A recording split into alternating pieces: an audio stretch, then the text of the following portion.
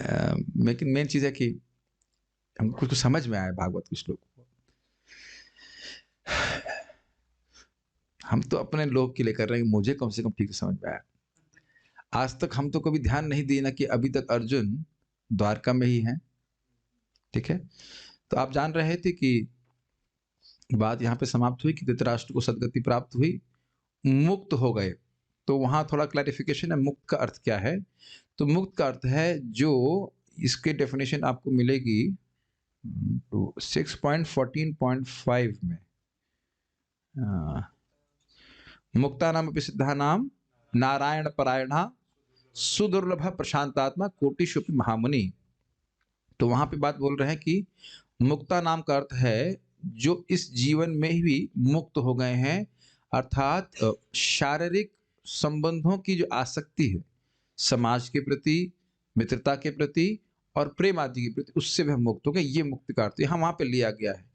और सिद्धा नाम की बात बोल रहे हैं जो कह रहे हैं कि भाई भौतिक भोग जो है वह नगण्य है, इस प्रकार की बात बोल रहे हैं। तो मुक्त का अर्थ है, तो ये तो आपने बड़ा स्पष्ट देखा कि अ, धृतराष्ट्र जी शरीर की आसक्ति से मुक्त हो गए थे। तो आप कहेंगे क्या भक्ति में आगे नहीं बढ़े? तो आप ये भी नहीं कह सकते हैं क्योंकि हरि भावनया ध्वस्त रजस न हाँ, सत्व, रजो और तमोगुण मल से वह मुक्त हो गए थे, तो कुछ प्रगति हुई थी, लेकिन भगवत प्रेम भक्ति प्राप्त नहीं हुई थी। ये भी समझ लीजिए कि मुक्त है व्यक्ति, इसका अर्थ ये है नहीं कि वो जन्म नहीं लेगा। ये एक बहुत अच्छा प्रश्न किया, उसको मैं एड्रेस नहीं कर पाया था। जनरली लोग सोचेगा, उसको व्यक्ति सोचेंगे कि मुक्त हो गया तो तुरंत उसको जन्म नहीं लेना चाहिए, लेकिन ऐसा है नहीं। मुक्ति होने के बाद भी उसे कहते हैं जीवन मुक्ति, मतलब वो जगत में आसक्त नहीं है।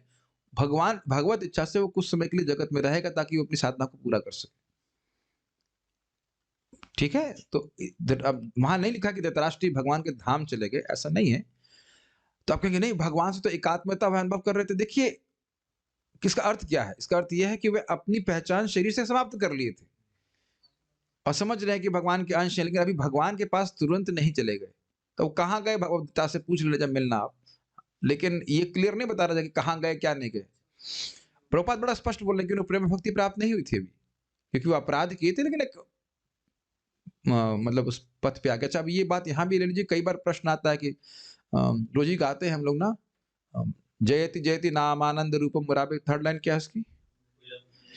विरमित निज धर्म ध्यान पूजा यत्नम कथम अपि शक्र सातम मुक्तिदम। किसी भी प्रकार से उसको नाम को उच्चारण कर देते हैं तो व्यक्ति मुक्त हो जाता है। उसका अर्थ क्या है? इसका अर्थ यह है कि वह मुक्ति के पथ पे आ जाता है। अब ये नहीं कि तुरंत ही वह भगवान के पास चला जाएगा, जो कि असंभावना भी नहीं है। क्या बोला मैंने? ये असंभावित भी नहीं है कि नहीं, एक ही नाम से चला ना जाए। ये भी चक्रवर्ती बात बोलते हैं, निरपराधिक व्यक्ति है तो वो एक ही नाम से चला जाएगा भगवान के पास। और जो लोग अपराध से युक्त हैं, उनका अपराध का भंजन होता है, मतलब अपराध कम होता है, बार-बार नाम उच्चारण करने से नाम। तो ये हम बात कर रहे थे मुक्तों की। मुक्त की बात समझ में आ रही है? भौतिक आसक्ति से वह मुक्त हो गए थे। ये भी एक प्रकार की मुक्ति है। यही ये बहुत बड़ी मुक्ति है ना? इसी वजह से तो बंधन में पड़े हुए हैं। तो यहाँ से बात सुन कर के अब फिर से वहाँ बोल रहे हैं कि अर्जुन द्वारका में हैं।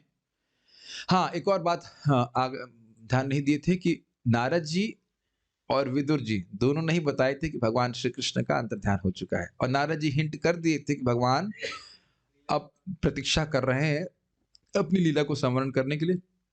तो वो तब तक आप भी यूयम अवेक्षिध्वम, तब आप भी जगत को अनासक्ति से देखिए और भगवान की तरफ देखिए। तो अब इस अध्याय में हम पढ़ेंगे कि किस प्रकार से युधिष्ठिर महाराज को अपशकुन दिखने लग गए, जो ये इंगित कर रहे थे कि भगवान कृष्ण का अंतर्ध्यान हो गया है। ठीक है? तो ये हम अब देखेंगे। भगवान श्री कृष्ण का अंतर्ध्यान होना। श्रीमद् भागवतम स्कंद 1 अध्याय 14, पहला श्लोक देखेंगे। पीछे बोलिए। सूत उवाच सूत उवाच संप्रस्थिते द्वारकायां संप्रस्थिते द्वारकायां जिष्णौ बन्धु दिदृक्षया जिष्णो बन्धु दिदृक्षया ज्ञातुं च पुण्यश्लोकस्य ज्ञातुं च पुण्यश्लोकस्य कृष्णस्य च विचेष्टितम्। कृष्णस्य च विचेष्टितम्। सूत उवाच सूत उवाच संप्रस्थिते द्वारकायां जिष्णौ बन्धु दिदृक्षया संप्रस्थिते द्वारकायां जिष्णो बन्धु दिदृक्षया ज्ञातुं च पुण्यश्लोकस्य कृष्णस्य च विचेष्टितम्। ज्ञातुं च पुण्यश्लोकस्य कृष्णस्य च विचेष्टितम्। श्लोक बहुत आसान है। श्री सूत गोस्वामी ने कहा, भगवान श्री कृष्ण तथा अन्य मित्रों को मिलने तथा भगवान से उनके अगले कार्यकलापों के विषय में जानने के लिए अर्जुन द्वारका गए। पहले तो अनुवाद की कुछ बातों को समझिए। भगवान कृष्ण से मिलने के लिए गए तो वह तो कोई विशेष हमको समझने में कोई कठिनाई नहीं होगी। क्यों मिलने के लिए गए? छोड़ने गए, इसमें लिखा मिलने गए। हाँ, मिलने गए का मतलब गए, जो भी गए, क्यों गए? तो मेरा उत्तर है, और किससे मिलने जाएंगे? सिंपल, कृष्ण से अत्यधिक प्रेम है तो और किससे मिलने जाएंगे? और किससे मिलने जाएंगे? गए। दूसरा, बंधु भी है। अच्छा, ये हम लोग कभी सोचे नहीं ना। What a wonderful life of Arjun. Krishna तो है ही, और कृष्ण के प्यारे प्यारे बेटे प्रद्युम्न जो बड़े भी हो गए। आपने देखा है कि थोड़े बच्चे बड़े हो जाते हैं तो क्या लगेंगे? मामा लगेंगे ना। मामा और भांजे की बहुत मस्ती होती है कि नहीं? आप लोग कभी इस एंगल से नहीं देखते, वैसे ही देखते हैं भगवान है ये है। कितना मस्ती करते होंगे अर्जुन। क्या लगता है भगवान कृष्ण के संग ही मस्ती मस्ती मतलब समझ रहे हैं? आप लोग आनंद नहीं लेते? मामा जी लोग से बहुत मजाक करते हैं हम, देखा होगा मामा भांजे, और दोनों प्योर डिवोटी। तो कितना आनंद होता होगा बताइए। और अखरूर जी और अन्य सब लोग, भाई जैसे मान लो एकदम से कोई व्यक्ति, बाह्य व्यक्ति आ जाए, भाई मतलब कर्मी जीवन वाला, तो उसको हमारी कुछ संगत तो नहीं अच्छी लगेगी। ये क्या बात कर रहे हैं लोग, समझ नहीं आ रहा। अब तो हम सब लोग प्योर डिवोटी होते, एकदम सुखदेव गोस्वामी की तरह बिल्कुल शुद्ध परीक्षित महाराज की तरह होते, तो कितना आनंद आता कृष्ण कथा में। अब समझिए कि क्या होता होगा। इसीलिए समझ रहे हैं, दिदृश्य देखने के लिए, देखने का मतलब है मिलने मिलेंगे, साथ में रहेंगे। और भगवान ऐसे भी नहीं पूछ रहे थे कब कितने दिन के लिए आए हैं आप। ये आतिथ्य नहीं होता है। भक्ति बृहद भागवत महाराज बता रहे थे, ये आतिथ्य नहीं होता कि जैसे कोई व्यक्ति लैंड करे पूछे कितने दिन के लिए आएंगे आप। हम लोग को नॉर्मल लगता नहीं है कि ये प्रेम है। ये प्रेम नहीं है। जब भगवान कृष्ण आ रहे हैं तब भी युधिष्ठिर महाराज जी कह रहे हैं कब जा रहे हैं आप। जरा बताइए। और अकेले नहीं आते भगवान, पूरा सेना के संग, पूरा व्यवस्था के संग आते हैं, सबकी व्यवस्था, सबके लिए सेवा करते हैं। आप सुन चुके हैं कि विदुर जी को भी सेवा कर रहे हैं, कैसे देववत सुखम। तब भी नहीं बोले विदुर जी अब आपका अगला तीर्थ यात्रा का समय कब है, कब जा रहे हैं आप। मैं खाली कहना चाह रहा हूँ कि प्रेम दिख रहा है आपस में, तो अर्जुन वहां से वापस नहीं आए। सॉरी, अभी आने की बात नहीं, केवल गए हैं वहां पे। किस लिए गए हैं? भगवान से मिलने के लिए। और अगला पॉइंट, भगवान के अगले कार्यकलापों के विषय में जानने के लिए। ये एक बड़ी ही रोचक बात है। महाभारत का युद्ध एक एक प्रकार का फाइनल, इंग्लिश में कहेंगे कल्मिनेशन, हिंदी में क्या कहेंगे, उपसंहार एक प्रकार का हो गया। एक बहुत बड़ी घटना हो गई कि सारे असुर मारे गए। अब क्या करना है? अब क्या सिवा है? अब तो कोई संघर्ष तो है नहीं। संघर्ष तो भगवान के लिए कभी नहीं था, मतलब अब कुछ बड़ा टास्क तो रहे नहीं कि किसको मारना वरना है। अब क्या करना है? कुछ समझ रहे हैं? भगवान के लोग, भक्त तो सेवा करने के लिए उत्सुक रहते ही हैं। अब क्या करना है? तो जानना चाह रहे थे कि भगवान अब क्या करना चाहते हैं, कौन सी लीला करने वाले हैं। आप लोग कुछ देख रहे हैं कि महाभारत युद्ध के बाद कोई अब भगवान के लिए कुछ विशेष करने के लिए रह नहीं गया। अब भगवान अपने भक्तों से लीला करते रहे, आनंद लेते रहे, एक अलग बात है, कुछ कठिनाई नहीं उपस्थित हुई। वो राजसूय, उसके बाद कौन सा अश्वमेध यज्ञ किए, बस हो गया। उसके बाद तो कोई खास कठिनाई उनके सामने आई नहीं। कोई राजा कोई झगड़ा करने वाला, ऐसा कुछ परेशानी करने वाला तो है नहीं। तो अर्जुन अब यह भी जानने के लिए गए कि अब भगवान क्या चाहते हैं। ठीक है, अन्वय देखिए। सूत उवाच, अर्थात सूत गोस्वामी ने कहा, बंधु दिदृक्षया, मित्रों तथा संबंधियों से मिलने के लिए। दिदृक्षया का अर्थ होता है कि दिदृक्षु का अर्थ होता है जो देखना चाहता है। तो यहाँ मिलने के लिए क्यों क्या कहा गया है? भाई देखने के लिए जा रहे हैं, तो इसका अर्थ यहाँ पे आपको समझना होगा कि मिलने के लिए जा रहे हैं। जैसे आपने कभी देखा होगा कि हिंदी में हम लोग कहते हैं जरा रोटी दिखा दीजिएगा, तो क्या जो सर्व कर रहा है वो रोटी ऐसे लेके दिखाने जाता है, हाँ दे सबने देख ली रोटी, हाँ ठीक है, वापस बाल्टी में डाल दी। आप क्या आप कहे गुरुजी आपने बोला दिखाने के लिए, देने का थोड़ा बोला। देखे सुने हैं ना ऐसा? हाँ, हाँ, हाँ, हाँ, ये भी अच्छा है। डॉक्टर साहब हैं, डॉक्टर साहब शायद आप कभी होम विज़िट किए ही होंगे, किसी व्यक्ति बीमार व्यक्ति को, तो आप कहेंगे, "क्या कहाँ जा रहे हैं?" "अरे मैं पेशेंट देखने जा रहा हूँ।" रोज़ तो आप ऐसे बोलते भी होंगे, "पेशेंट देखने जा रहा हूँ।" तो पेशेंट आए, "हाँ, देख लिया, ठीक है।" देखने का अर्थ है मतलब जानकारी हो, कुछ बातचीत हो, ठीक है ना? और आपने सुना होगा, "देखें क्या समस्या है?" देख के वापस आ जाओगे। तो आप समझ रहे हो, देखने का अर्थ केवल देखना नहीं होता है, दिदृश्य में और आप देखेंगे अत्यंत इच्छा होता है। जैसे मुमुक्षु जो मतलब मोक्ष बहुत चाहता है, तो दिदृश्य मतलब अत्यंत उनसे मिलने की इच्छा है और उसमें देखना भी सम्मिलित है। जब किसी से हम बहुत प्रेम करते हैं, वो बहुत दूर होता है तो केवल मिलना ही नहीं चाहते हैं, उसको देखना भी चाहते हैं। तो वो एलिमेंट है उसमें भी। भाई डॉ जब आप किसी को रोटी देंगे तो देखेगा भी तो, देखने की इच्छा होती है। क्या मेरी बात आप समझ पा रहे हैं? वो पॉइंट ग्रहण कर रहे हैं?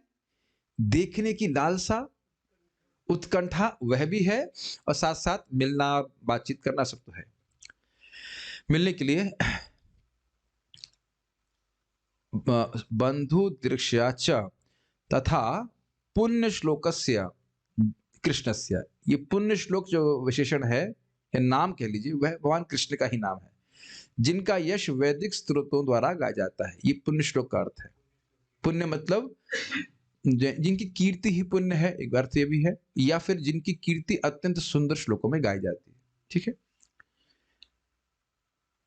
अमल चरित्र, ये भी आप समझ सकते हैं। हाँ, पुण्य श्लोक वैसे युधिष्ठिर महाराज का भी नाम है। पुण्य श्लोको युधिष्ठिर, पुण्य श्लोको नलो राजा, पुण्य श्लोको युधिष्ठिर। पुण्य श्लोके कर्मणा, वहां पे बात आई थी कुंती महारानी की प्रार्थना में। तो कृष्णस्य, उन भगवान कृष्ण का विचेष्टितम, अगला कार्यक्रम, इसको समझ लीजिए, इसका अर्थ क्या है? चेष्टा समझते हैं? प्रयास। अब भगवान विचेष्टा, उनकी क्या विशेष चेष्टा है, अब वो क्या विशेष अगली लीला करना चाहते हैं, तो भक्त भी तो एक्साइटेड रहते हैं। ठीक है? ज्ञातुम च, जानने के लिए भी, जिष्णु अर्थात अर्जुन द्वारकायाम संप्रस्थिते, द्वारका नगरी में गए।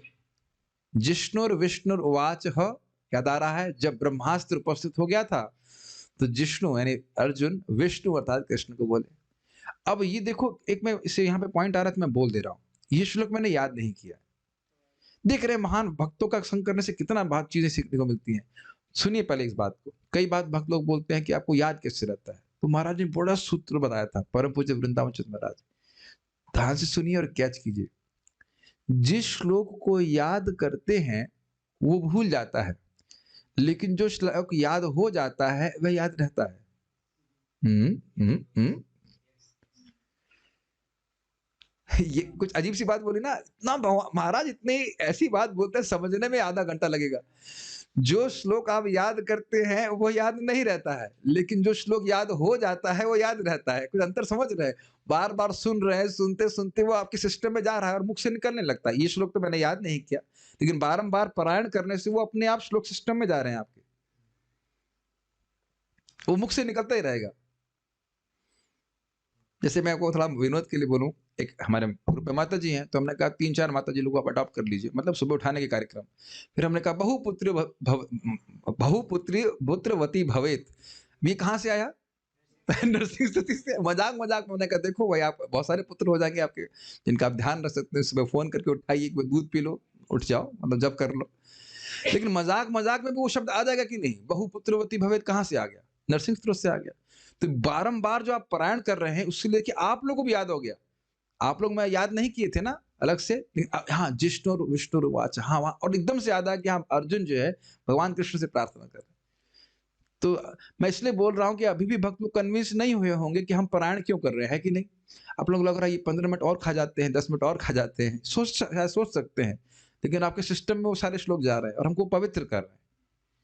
तो इसलिए मैं बोल रहा हूँ, सबका फायदा रहता है और शब्दों को भी आप याद कर पा रहे हो। चलिए वापस हम श्लोक पे आ जाते हैं। अन्वय समझ में आ गया, श्लोक देखिए। सूतुवाचा, सूत गोस्वामी ने कहा, संप्रस्थितिः द्वारकायाम, द्वारका में गए। कौन गए? जिष्णु, अर्जुन गए। किस लिए गए? बंधु दिदृक्षया, अपने बंधुओं को देखने के लिए। और भी कुछ काम था क्या? ज्ञात तुमचा, हाँ, और भी ज्ञान कुछ जानना चाह रहे थे। क्या जानना चाह रहे थे? कुछ पॉलिटिक्स के बारे में सोच रहे थे? नहीं। पुण्य श्लोकस्य कृष्णश्चा विचेष्टितम, पुण्य श्लोक भगवान श्री कृष्ण की चेष्टा, उनका अगला कार्यक्रम क्या है वह जानने के लिए गए।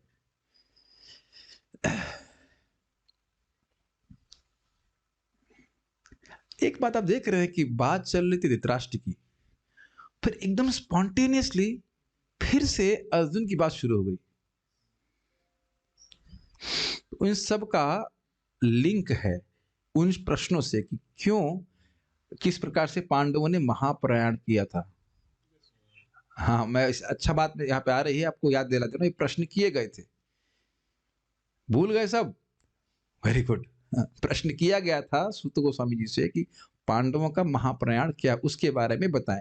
तो वह आप देखेंगे कि भगवान कृष्ण का तिरोभाव किस प्रकार से युधिष्ठिर महाराज ने सुना और उसको सुन करके कैसे उन्हें महाप्रयाण अर्थात भगवत धाम को वापस चले। कौन से अध्याय में पूछेगा? नहीं बताऊंगा, ढूंढो ढूंढो आप, कुछ तो स्वचेष्टा होनी चाहिए, स्वविचेष्टा होनी चाहिए। वैसे ये नहीं बताएंगे, ठीक है, नहीं बताएंगे। मुझे अगर स्मरण आ रहा है, नंबर तो मुझे भी एकदम से नहीं रिकॉल कर पा रहा हूं, लेकिन जब आप ये अश्वत्थामा का सारा प्रकरण हो गया था, उसके द्वारका की बात आई, उसके बाद फिर आता ना, फिर से वो प्रश्न करना शुरू करते, उसी के बाद होता है। द्वारका की जो कथा थी, भगवान का द्वारका गमन, उसके बाद फिर से कथा शुरू होती है, फिर प्रश्न करते हैं। तो कौन सा नंबर हो गया देख लीजिएगा आप, 13, 12, 12 में होगा। ऐसे नंबर तो मैं याद नहीं रख पा रहा हूं, लेकिन यही सीक्वेंस चल रहा है। श्रीधरी 14वें अध्याय में इस बात का वर्णन किया गया है कि अपशकुनों को देखकर राजा अनेक प्रकार की शंका करने लगे थे। उसके पश्चात उन्होंने अर्जुन के मुख से भगवान श्री कृष्ण के स्वधाम गमन की बात को सुना। एक बात यहाँ पे हम सीख रहे हैं कि अपशकुनों का प्रभाव होता है, लेकिन हमारे मन गणंत अपशकुनों का नहीं। मेरी आंख फड़क रही दाई और बाई, तो अटकलबाजी करके उसका कोई प्रभाव नहीं होता है। यहाँ पे वो इंगित करते हैं कुछ चीजें कि आगे गलत होने वाला है, अच्छा होने वाला है, लेकिन अपने मन से नहीं सोच सकते आप। हम कहीं बाहर जा रहे हैं और बाल्टी खाली दी गई तो खराब होगा, अभी शास्त्र में से कोई वर्णन नहीं है। ये सुना है आपने? हम लोग को बहुत डांट पड़ती थी, पिताजी कहीं ऑफिस में जा रहे हैं बाहर, तो बाल्टी खाली रख दी, बहुत डांट पड़ जाती थी। आप लोग को नहीं पड़ी? लेकिन अब इसका कोई शास्त्रीय आधार नहीं है। तो कुछ अपशकुन हैं जो इंगित करते हैं कि आगे कुछ गलत होगा। जैसे कि रुक्मिणी जी चिंता कर रही थी कृष्ण आएंगे कि नहीं आएंगे, तो मैं भूल रहा हूँ कौन सा, शायद उनका बाया अंग फड़कने लगा था, मुझे ठीक से याद नहीं, इसमें आप लोग देख लीजिएगा कृष्ण बुक। लेकिन बाएं अंग फड़क रहे, तो उसमें लिखा है कि स्त्रियों का बाएं अंग फड़कता है तो अच्छा माना जाता है, पुरुषों का दायां अंग फड़कता है तो अच्छा माना जाता है। लेकिन इसमें भी बायां दायां वो मुझे ठीक से याद नहीं है, आप देख लीजिएगा वहां पे। हाँ, ऐसा ही रहता है, मैं मुझे ठीक से याद नहीं। तो ये एक विज्ञान है, और जो युधिष्ठिर महाराज के अभिज्ञ थे वो देख रहे थे कि अपशकुन ऐसा हो रहा है, तो जब तक भगवान विद्यमान है जगत में कोई अपशकुन नहीं दिख सकता। ये दिख रहा है अर्थात कुछ गड़बड़ है। कृष्ण से च कि चकार के द्वारा अभिप्राय को ग्रहण करना चाहिए, मतलब कृष्ण की का क्या अभिप्राय उसको जानने के लिए, अर्थात अर्जुन अपने बांधवों को देखने के लिए भगवान श्री कृष्ण की चेष्टाओं और अभिप्राय को जानने के लिए द्वारका गए थे। एक ये बात है जो हमने ध्यान नहीं दी। कृष्णस्य च विचेष्टितम, हाँ अब थोड़ा समझिए, चेष्टा समझ रहे हैं कार्यक्रम, और उस कार्यक्रम के पीछे क्या अभिप्राय है, यह दो बातें हो जा रही हैं। आप किसी को कुछ कार्य करता हुआ देख रहे हैं तो वो तो समझ में आ रहा है, क्या उसके अभिप्राय को भी हमेशा समझते हैं? जैसे देखिए ना, अर्जुन ये समझ रहे हैं कि भगवान कृष्ण उनको युद्ध करने के लिए बोल रहे हैं, लेकिन अभिप्राय वो 11वें अध्याय में समझते हैं। कालोस्मी लोक क्षयकृत प्रवृद्धो, मैं काल के रूप में उपस्थित हूं और सबको मार रहा हूं। ऋते ऋते पित्वाम, तुम लोगों को छोड़ करके बाकी सबको मार दूंगा। तो भगवान अपने अभिप्राय को भी दिखा रहे हैं और आगे भी उनका अभिप्राय क्लियर हो रहा है कि युधिष्ठिर महाराज को वह राजा बनाना चाहते हैं। ये दो बातों को अलग सेपरेट कर पा रहे हो आप? श्रीमद् भागवत व्यक्ति बोल रहा है तो दिख दृष्ट है, क्या अभिप्राय एक ही होता है? लोग जप करते हुए दिख रहे हैं, उनका अभिप्राय भी आप जानते हैं। दो बातों को अलग कर पा रहे हैं कि नहीं कर पा रहे हैं? व्यक्ति जाप कर रहा है, सब लोग जाप कर रहे हैं, अच्छी बात है, सब लोग एक ही अभिप्राय से जाप कर रहे हैं, सभी लोग एक कार्य कर रहे हैं कि नहीं? इस पे गौरांग प्रभु विनोद में कहते हैं, कम से कम भक्त लोग बात बात एक तो बोल रहे हैं, हरे कृष्णा कृष्णा कृष्णा हरे हरे, हरे रामा राम राम हरे हरे। तो कोई भक्त बोलेगा इस भाव से, भगवान मुझे अपनी सेवा में नियोजित कीजिए, दूसरा कहेगा भगवान हमको कार दीजिए, लेकिन बोल एक ही बात रहे, कृष्ण हमको अपनी सेवा में नियोजित कीजिए। बोल वही रहे लेकिन अभिप्राय अलग अलग हो गया। कब नहीं से देखे हैं, मेरी बात समझ पा रहे हैं, तो इसलिए 4 शब्द से कह रहे हैं कि अभिप्राय और चेष्टा को। देखिए कितना भक्तों ने विचार किया, इससे मुझे बहुत श्रद्धा होती है भागवतम पे, इस तरह से कि आचार्यों ने अपने जीवन का कितना बहुमूल्य समय, ध्यान दीजिएगा, अव्यर्थ कालत्वम। आचार्य गण शुद्ध भक्त हैं, भगवत प्रेमी हैं, एक क्षण भी वह भगवान की सेवा से, भगवान से इतर व्यर्थ नहीं करेंगे, एक क्षण भी। और उन्होंने इतने क्षण भागवत में लगाए हैं। कितनी महत्वपूर्ण श्रीमद् भागवत होगी, कितना कठिन होगा इन सब लिखना, कितना कठिन होगा, सोचने की तो है ही कठिन, ताम पत्र पे ला ला कर लिखा जाए, कितना कठिन होगा। हम तो टाइप कर देते हैं, सब टाइप हो जाता है। मुझे तो ये दुख है कि श्रीधर स्वामी को ये टाइपिंग के लिए कोई असिस्टेंट क्यों नहीं मिल गया, तो कितना लिख देते। चक्रवर्ती बाजी जी को मिल जाता तो कितना लिख देते। भगवान थोड़ा सा ऐसा कर देते तो अच्छा रहता, कितना लिख दिए होते आप सोचिए। शिला प्रभुपाद जी को भी थोड़ा और अधिक फ्री टाइम मिला होता, कम मैनेजमेंट करना होता, तो प्रभुपाद पूरा भागवत पूरा करते। प्रभुपाद बोले हैं कि तुम मुझे समय दो, मैं महाभारत भी अनुवाद कर दूंगा, रामायण भी करूंगा, है ना, लिखा हुआ है प्रभुपाद जी। कितना प्रभुपाद का उत्साह था। प्रभुपाद जी के समय कम से कम टेक्नोलॉजी आ गई थी एटलीस्ट। हम कहाँ चले गए थे? हाँ, बात हम ये कर रहे थे कि प्रभुपाद जी भी ने अपना जो एकदम रात की नींद जो प्रिय होती वह छोड़ करके क्यों ये सब लिखा है? क्योंकि ये परम मंगल दिन करने वाला है, ये है ही मंगल करने वाला। उनको बड़ा उत्साह होता है, ये सोचकर मुझे बहुत उत्साह होता है भागवतम को पढ़ने का। तात्पर्य, जैसा कि भगवत गीता में कहा गया है, भगवान इस पृथ्वी पर धर्मात्माओं की रक्षा करने तथा अधर्मियों का संहार करने के लिए अवतीर्ण हुए थे। ये क्या वर्णन कर रहा है? 4 शब्द की व्याख्या कर रहा है। अभिप्राय क्या है भगवान का, करते क्या है वो तो है, किस अभिप्राय से आते, स्पष्ट है। देख रहे शिला प्रभुपाद को समझा रहे हैं 4 शब्द की व्याख्या। अतएव कुरुक्षेत्र का युद्ध समाप्त होने एक चेष्टा भगवान की। अभिप्राय क्या था? क्या था अभिप्राय? दुष्टों का संहार करना। और वह किस रूप में परिवर्तित प्रकट हुआ? महाभारत के युद्ध में 2 चीज दिख गई, कृष्ण भगवान की चेष्टा और उनका अभिप्राय। तथा महाराज युधिष्ठिर को राज्य स्थापित हो जाने पर भगवान का कार्य पूर्ण हो चुका था। महाराज युधिष्ठिर को क्यों स्थापित करना चाहते थे? राजा अगर धार्मिक होगा तो प्रजा भी धार्मिक होगी। भगवान धर्म की संस्थापना करना चाहते थे, तो अभिप्राय और चेष्टा समझ में आ गया। चेष्टा क्या हुई? युधिष्ठिर महाराज विश्व के राजा बन गए, और अभिप्राय क्या था? धर्म की संस्थापना पूरे जगत में हो। तो ये सब तो देखते ही आ रहे हैं। अच्छा, और समझिए, पिछले श्लोकों में नारद जी ने क्या बोला था? तम पश्य मतलब उन भगवान को देखो। क्या अर्थ है इसका? आप भगवान के पार्षद हैं, आपका तो एक ही काम है, भगवान के अभिप्राय को देखिए, भगवान की चेष्टा को देखिए। भगवान क्या करना चाहते हैं, भगवान क्या कर रहे हैं, और क्या करेगा भक्त, बताइए। Are able to follow? बहुत बहुत सुंदर तात्पर्य प्रभुपाद जी का है। तम पश्य समझ रहे हैं, कृष्ण क्या चाहते हैं और कृष्ण क्या कर रहे हैं। भक्तों के पास और काम क्या है? श्री चैतन्य मनोभीष्टम स्थापितम येन भूतले।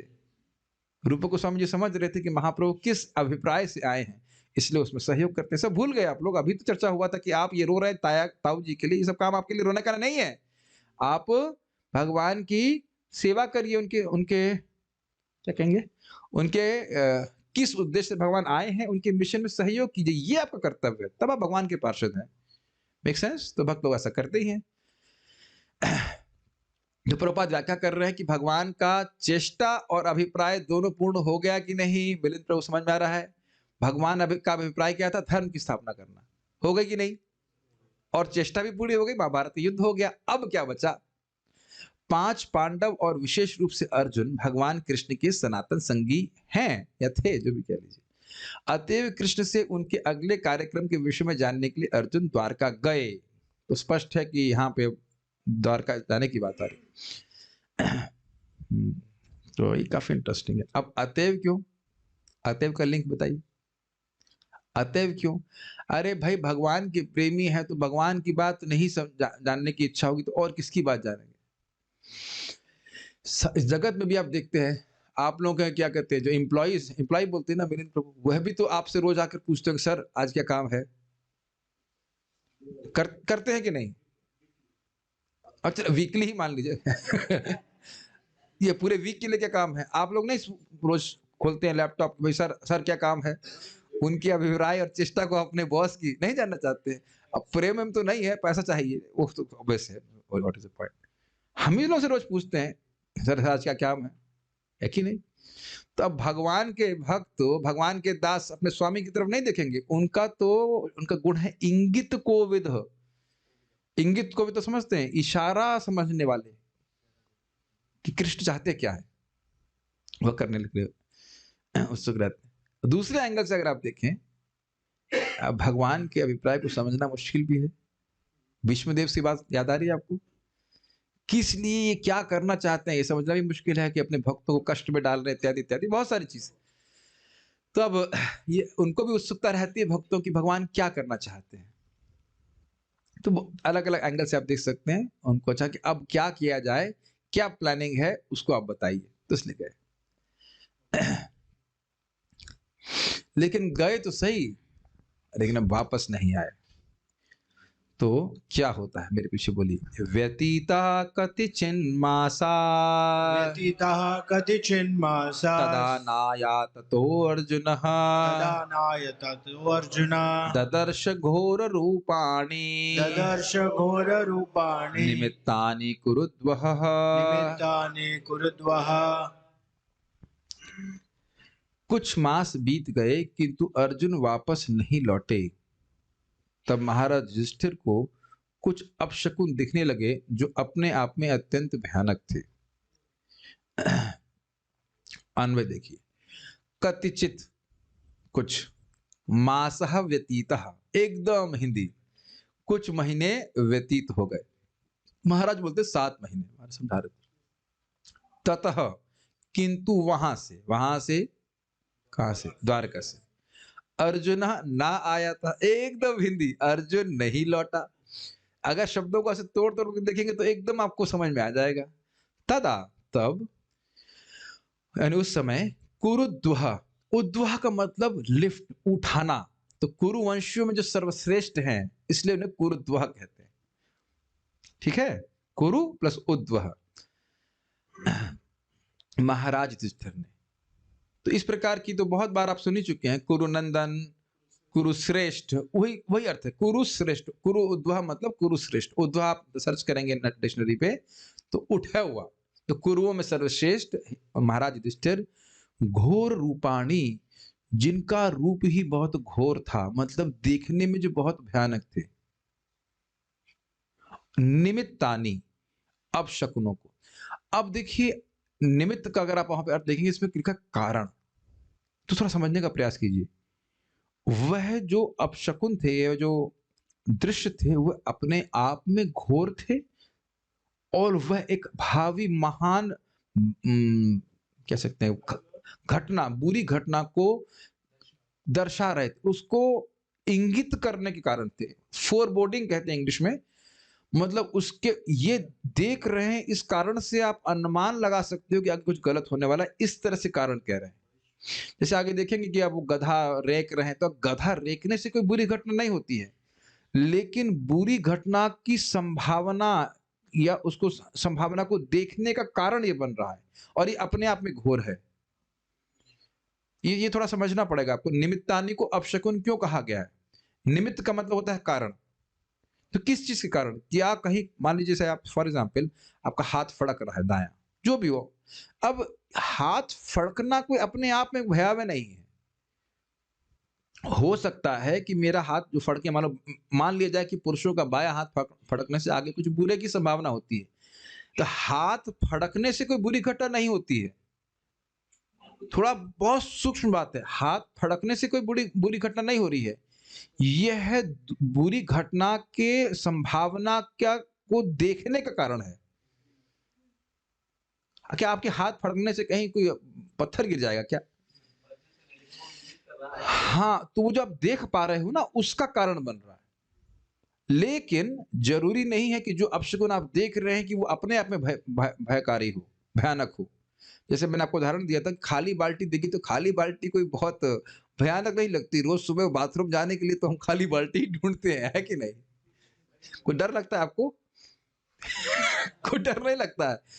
लेकिन अब आप जब घर से बाहर निकल रहे हैं, मैं कुछ सत्यापित नहीं कर रहा हूं मुझे नहीं पता ऐसा होता है कि, लेकिन खाली बाल्टी दिखेंगे तो लोग सोचते हैं कि हमारा कुछ गलत होगा। तो गलत जो होगा सो होगा, वाला की बात है, उसका निमित्त हो सकता है, लेकिन अपने आप में घोर रूप नहीं है। लेकिन जो युधिष्ठिर महाराज को दिखे वो अपने आप में घोर रूप थे, वो हम देखेंगे बड़े अपशगुन थे, और वह एक बुरी घटना को इंगित कर रहे थे कि होने वाला है। तो ये थोड़ा समझना होगा। और ददर्श का अर्थ देखा, इसीलिए मैं यहाँ नोट दिया हूं, निमित्तानि का अर्थ है विभिन्न कारण, अर्थात जो भविष्य में होने वाली महान विपदा को सूचित करने के कारण थे, सूचना के कारण है, उस घटना के कारण नहीं है। इसलिए उनको यह इसलिए इनको यहाँ अपशकुन समझना होगा, इसलिए अपशकुन बोला गया है। इसलिए प्रभुपाद जी अपशकुन के रूप में उनका अनुवाद किए हैं। अच्छा, ये शगुन का अर्थ क्या होता है? ये शगुन मतलब अच्छा होता है क्या?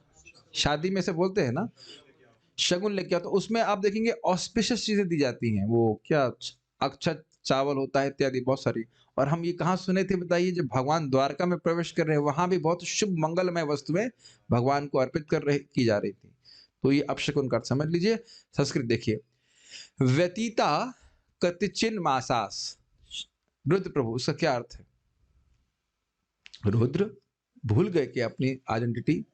ओ सॉरी, हाँ भूल गई है, राम हरि प्रभु। हाँ, राम हरि प्रभु, माइक पे रख दीजिए। क्या अर्थ है इसका? व्यतीता कतिचिन मास, नहीं पता, कोई बात नहीं। व्यतीत का अर्थ क्या होता है? मतलब बीत गया, बीत गया।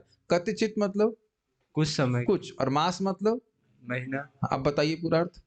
कुछ महीना बीत गया था। बस सिंपल, क्यों घबराते हैं आप? बस तदा न आयतः, दीजिए माइक उनको। तदा न आयतः, इतना बताइए। वो जब वापस नहीं आया। हाँ, उस समय वापस नहीं। देखो आप संस्कृत सीख गए, कहां से वापस नहीं आए? ततः, वहां द्वारका से। कौन नहीं आया? क्या लिखा है वहां पे? अर्जुन नहीं आया वापस। ददर्शः मतलब देखा। कठिन हो रहा है, अरे वो परेशान हो रहा है। घोर रूपाणी, अच्छा घोर रूपाणी बहुवचन में बने, एक नहीं बहुत सारे भयानक रूपों को देखा। तो वो क्या कर रहे थे? उससे क्या हो रहा है? कह रहे निमित्तानि, वह अन्य बुरी घटनाओं के की सूचना के कारण बन रहे थे। किसने देखा? कुरुद्वः, कुरुओं में श्रेष्ठ। कौन है वो कुरुओं में श्रेष्ठ? युधिष्ठिर महाराज। ये अन्वय का तरीका बहुत अच्छा, प्रश्न करते करते मुझे हंसी आ रही थी कि महाराज जी प्रवचन कर रहे हैं, गजेंद्र मोक्ष में आप सुनेंगे। तो क्या मान लो कोई गजेंद्र से कहे, तो महाराज कह रहे हैं वहां कोई है नहीं प्रश्न वहां कोई है नहीं प्रश्न करने के लिए, लेकिन आचार्य गण लोग प्रश्न कर रहे हैं कि भाई कोई मान लो अरूपाया, ऐसे कर बहुत सारे इसमें श्लोक हैं, गौर रूपाया, और उसके बाद कहे कि भगवान भूरी करुणाएं, भगवान बहुत करुणा करने वाले हैं। लेकिन मान लो कोई आलस हो तो कह रहे हैं अनलाया, अनलयाया। तो महाराज कह रहे वहां कोई प्रश्न करने के लिए है नहीं। लेकिन इस प्रकार से आचार्यगण प्रश्न उठाते हैं तो हमारी चेतना, आप देखेंगे जैसे प्रश्न उठता है तो तुरंत चमक जाती है, आप फोकस करते हो। क्या ये बात हम लोगों ने प्रथम अध्याय में सुनी थी, अथात ब्रह्म जिज्ञासा, ये वेदांत सूत्र है। और पहला श्लोक क्या बोल रहा है? धीमहि। तो वहां बताया चक्रवर्ती पाद ने कि प्रश्न का, जैसे ही प्रश्न उठाया जाता है उसका रिजल्ट है मेडिटेशन, ध्यान। इसलिए प्रथम श्लोक का, क्योंकि भागवत वेदांत सूत्र पे टीका है, तो वेदांत सूत्र बोल रहा है अथा तो ब्रह्म जिज्ञासा, ब्रह्म की जिज्ञासा करो, और प्रथम श्लोक क्या कह रहा है, ब्रह्म का ध्यान करो।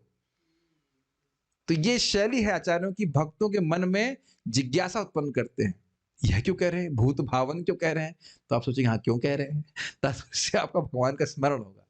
बहुत अच्छी बात परम पूज्य वैष्णव महाराज बता रहे थे क्लास में कि जब तक कोई प्रश्न नहीं होगा कोई ध्यान नहीं लगेगा। तो इस प्रकार से प्रश्न उठाए जा रहे हैं ताकि हम भगवान का स्मरण करें। ये बात समझ में आई? एप्पल चाहिए, एप्पल चाहिए, तो आपको पूरे मार्केट में एप्पल ही दिखता रहेगा। यस, साड़ी चाहिए, साड़ी साड़ी सब जगह दिखेगी। जूता कभी खराब हो जाए तो मोची दिखता रहता है कि नहीं? गलत नहीं कह रहे हैं ना? और अगर प्रश्न नहीं है तो कोई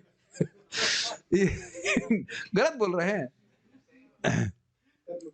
तो प्रश्न इसीलिए आचार्यगण उठाते हैं ताकि व्यक्ति भगवान का स्मरण करे, है ना? कृष्ण कहाँ है?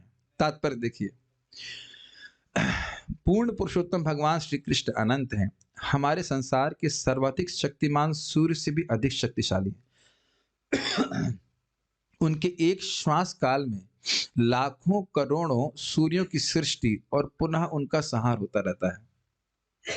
भौतिक जगत में सूर्य को समस्त उत्पादक करता तथा सारी भौतिक शक्ति का स्रोत माना जाता है, और सूर्य के कारण ही हमें जीवन की आवश्यकताएं उपलब्ध होती हैं। अब आप लोग देखेंगे कि प्रभुपाद जी का तात्पर्य तो श्लोक से संबंधित लग ही नहीं रहा है, सूर्य की बात कहाँ से शुरू हो गई। अब देखिएगा प्रभुपाद कितनी सुंदर तरह से इस बात को बोले, ब्रिलियंट है श्रील प्रभुपाद जी। कोई व्यक्ति ऐसे पढ़ेगा तो समझ ही नहीं पाएगा सूर्य कहाँ से आ गया, और सूर्य हमारी सारी आवश्यकताएं पूर्ण कर रहा है, इसका क्या संबंध है श्लोक से। देखिए, अतएव जब पृथ्वी पर भगवान स्वयं उपस्थित थे तो उस समय उनकी उपस्थिति के कारण हमारी शांति तथा संपन्नता का सारा साज सम्मान विशेष रूप से धर्म तथा ज्ञान अपनी चरमावस्था में थे। जिस प्रकार चमकते सूर्य की उपस्थिति में सर्वत्र प्रकाश झलझलाता रहता है। समझ में आई? पूरी बात समझ में आ रही है कि भगवान की कृपा से कुछ होता है। कहने का आशय यह है कि सूर्य जब तक है तो किसी भी तरह से अंधकार का प्रश्न ही नहीं है। तो अंधकार अगर भी बाहर आप देख रहे हैं तो क्या समझेंगे, सूर्य नहीं। कभी आप सोचिए, कल करके देख लेना, अगर हुआ भी होगा, कभी कभी हम लोग दोपहर 3 बजे सो जाते हैं और मानो आप 7 बजे उठते हो, ये हुआ होगा कभी जीवन में, तो एकदम से अरे अंधकार हो गया, इसका मतलब सूर्य चला गया। यस, अब समझ में आया? ये कह रहे हैं कभी कभी लगता है मंगल आरती का समय है, आपके लिए बड़ी सुविधा हो जाती है अगर शाम के 7 बजे मंगल आरती होती है। अच्छी साधना कर पाते हैं। लेकिन यह भी मेरे को अनुभव हुआ है, आप लोगों को कभी नहीं हुआ? कभी उठे तो अंधकार बाहर कर देख रहा, अरे मंगल आरती का समय हो गया क्या? चलो ये तो अच्छी बात है कि भले सुबह मंगल आरती के लिए स्मरण नहीं होता है, लेकिन शाम को तो होता है। लेकिन एक बात माननी होगी, आप मेरी बात समझ पा रहे हैं मैं क्या कह रहा हूं? अकस्मात आपने अंधकार देखा तो क्या आप सोच रहे हैं, सूर्य तो नहीं है, अन्य तो हो कैसे, अंधकार हो कैसे सकता है? इसलिए प्रभुपाद सूर्य का उदाहरण दे रहे हैं। कितना सुंदर श्रील प्रभुपाद जी बोल रहे हैं, कृष्ण सूर्य सम माया है अंधकार, जहां कृष्ण तहां नहीं माया अधिकार।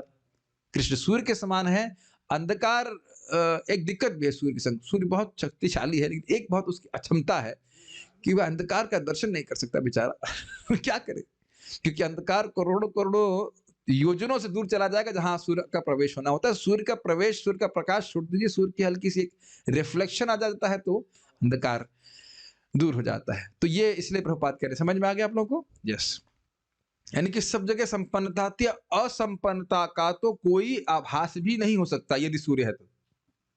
इसलिए प्रभुपाद बता रहे, महाराज युधिष्ठिर को अपने राज्य में कुछ न्यूनताएं दिखी। हाँ, एक और बात ध्यान दीजिए, बहुत पहले हमने इसी भागवत में पढ़ा कि युधिष्ठिर महाराज जब राज्य पे आसीन हो गए थे, प्रश्न किया था कि आसीन कैसे हुए और राज्य कैसे किया। मुझे नंबर याद नहीं है, अध्याय का पहला श्लोक था वो, धर्मात्मा युधिष्ठिर, धर्मिष्ठ राजा किस प्रकार से राज्य को स्वीकार किए और अपने भाइयों के संग कैसे राज्य किया।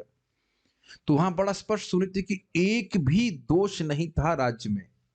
क्या युधिष्ठिर महाराज वो नहीं देख रहे थे? युधिष्ठिर महाराज जैसे व्यक्ति धर्म के दोष को देखने में, अधर्म के दोष को देखने में अत्यंत निपुण हैं, महक आ जाती है उनको। यहाँ तो लोग चाशनी की तरह डूबे हैं, कहते हैं हम तो इतने बुरे नहीं हैं, है कि नहीं? मेरी बात समझने का प्रयास कर रहे हैं। कैसे युधिष्ठिर महाराज समझ पा रहे हैं कि भगवान चले गए? क्योंकि एकदम देख रहे कि मेरे राज्य में धर्म अधर्म तो हो ही नहीं सकता।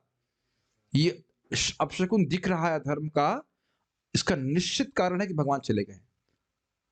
क्या कहते हैं, फले न परिचय, कोई कोई कुछ कारण देख कार्य देख रहे हैं तो उससे कारण का अनुमान एकदम कर ले रहे हैं, ये बात बोल रहे हैं।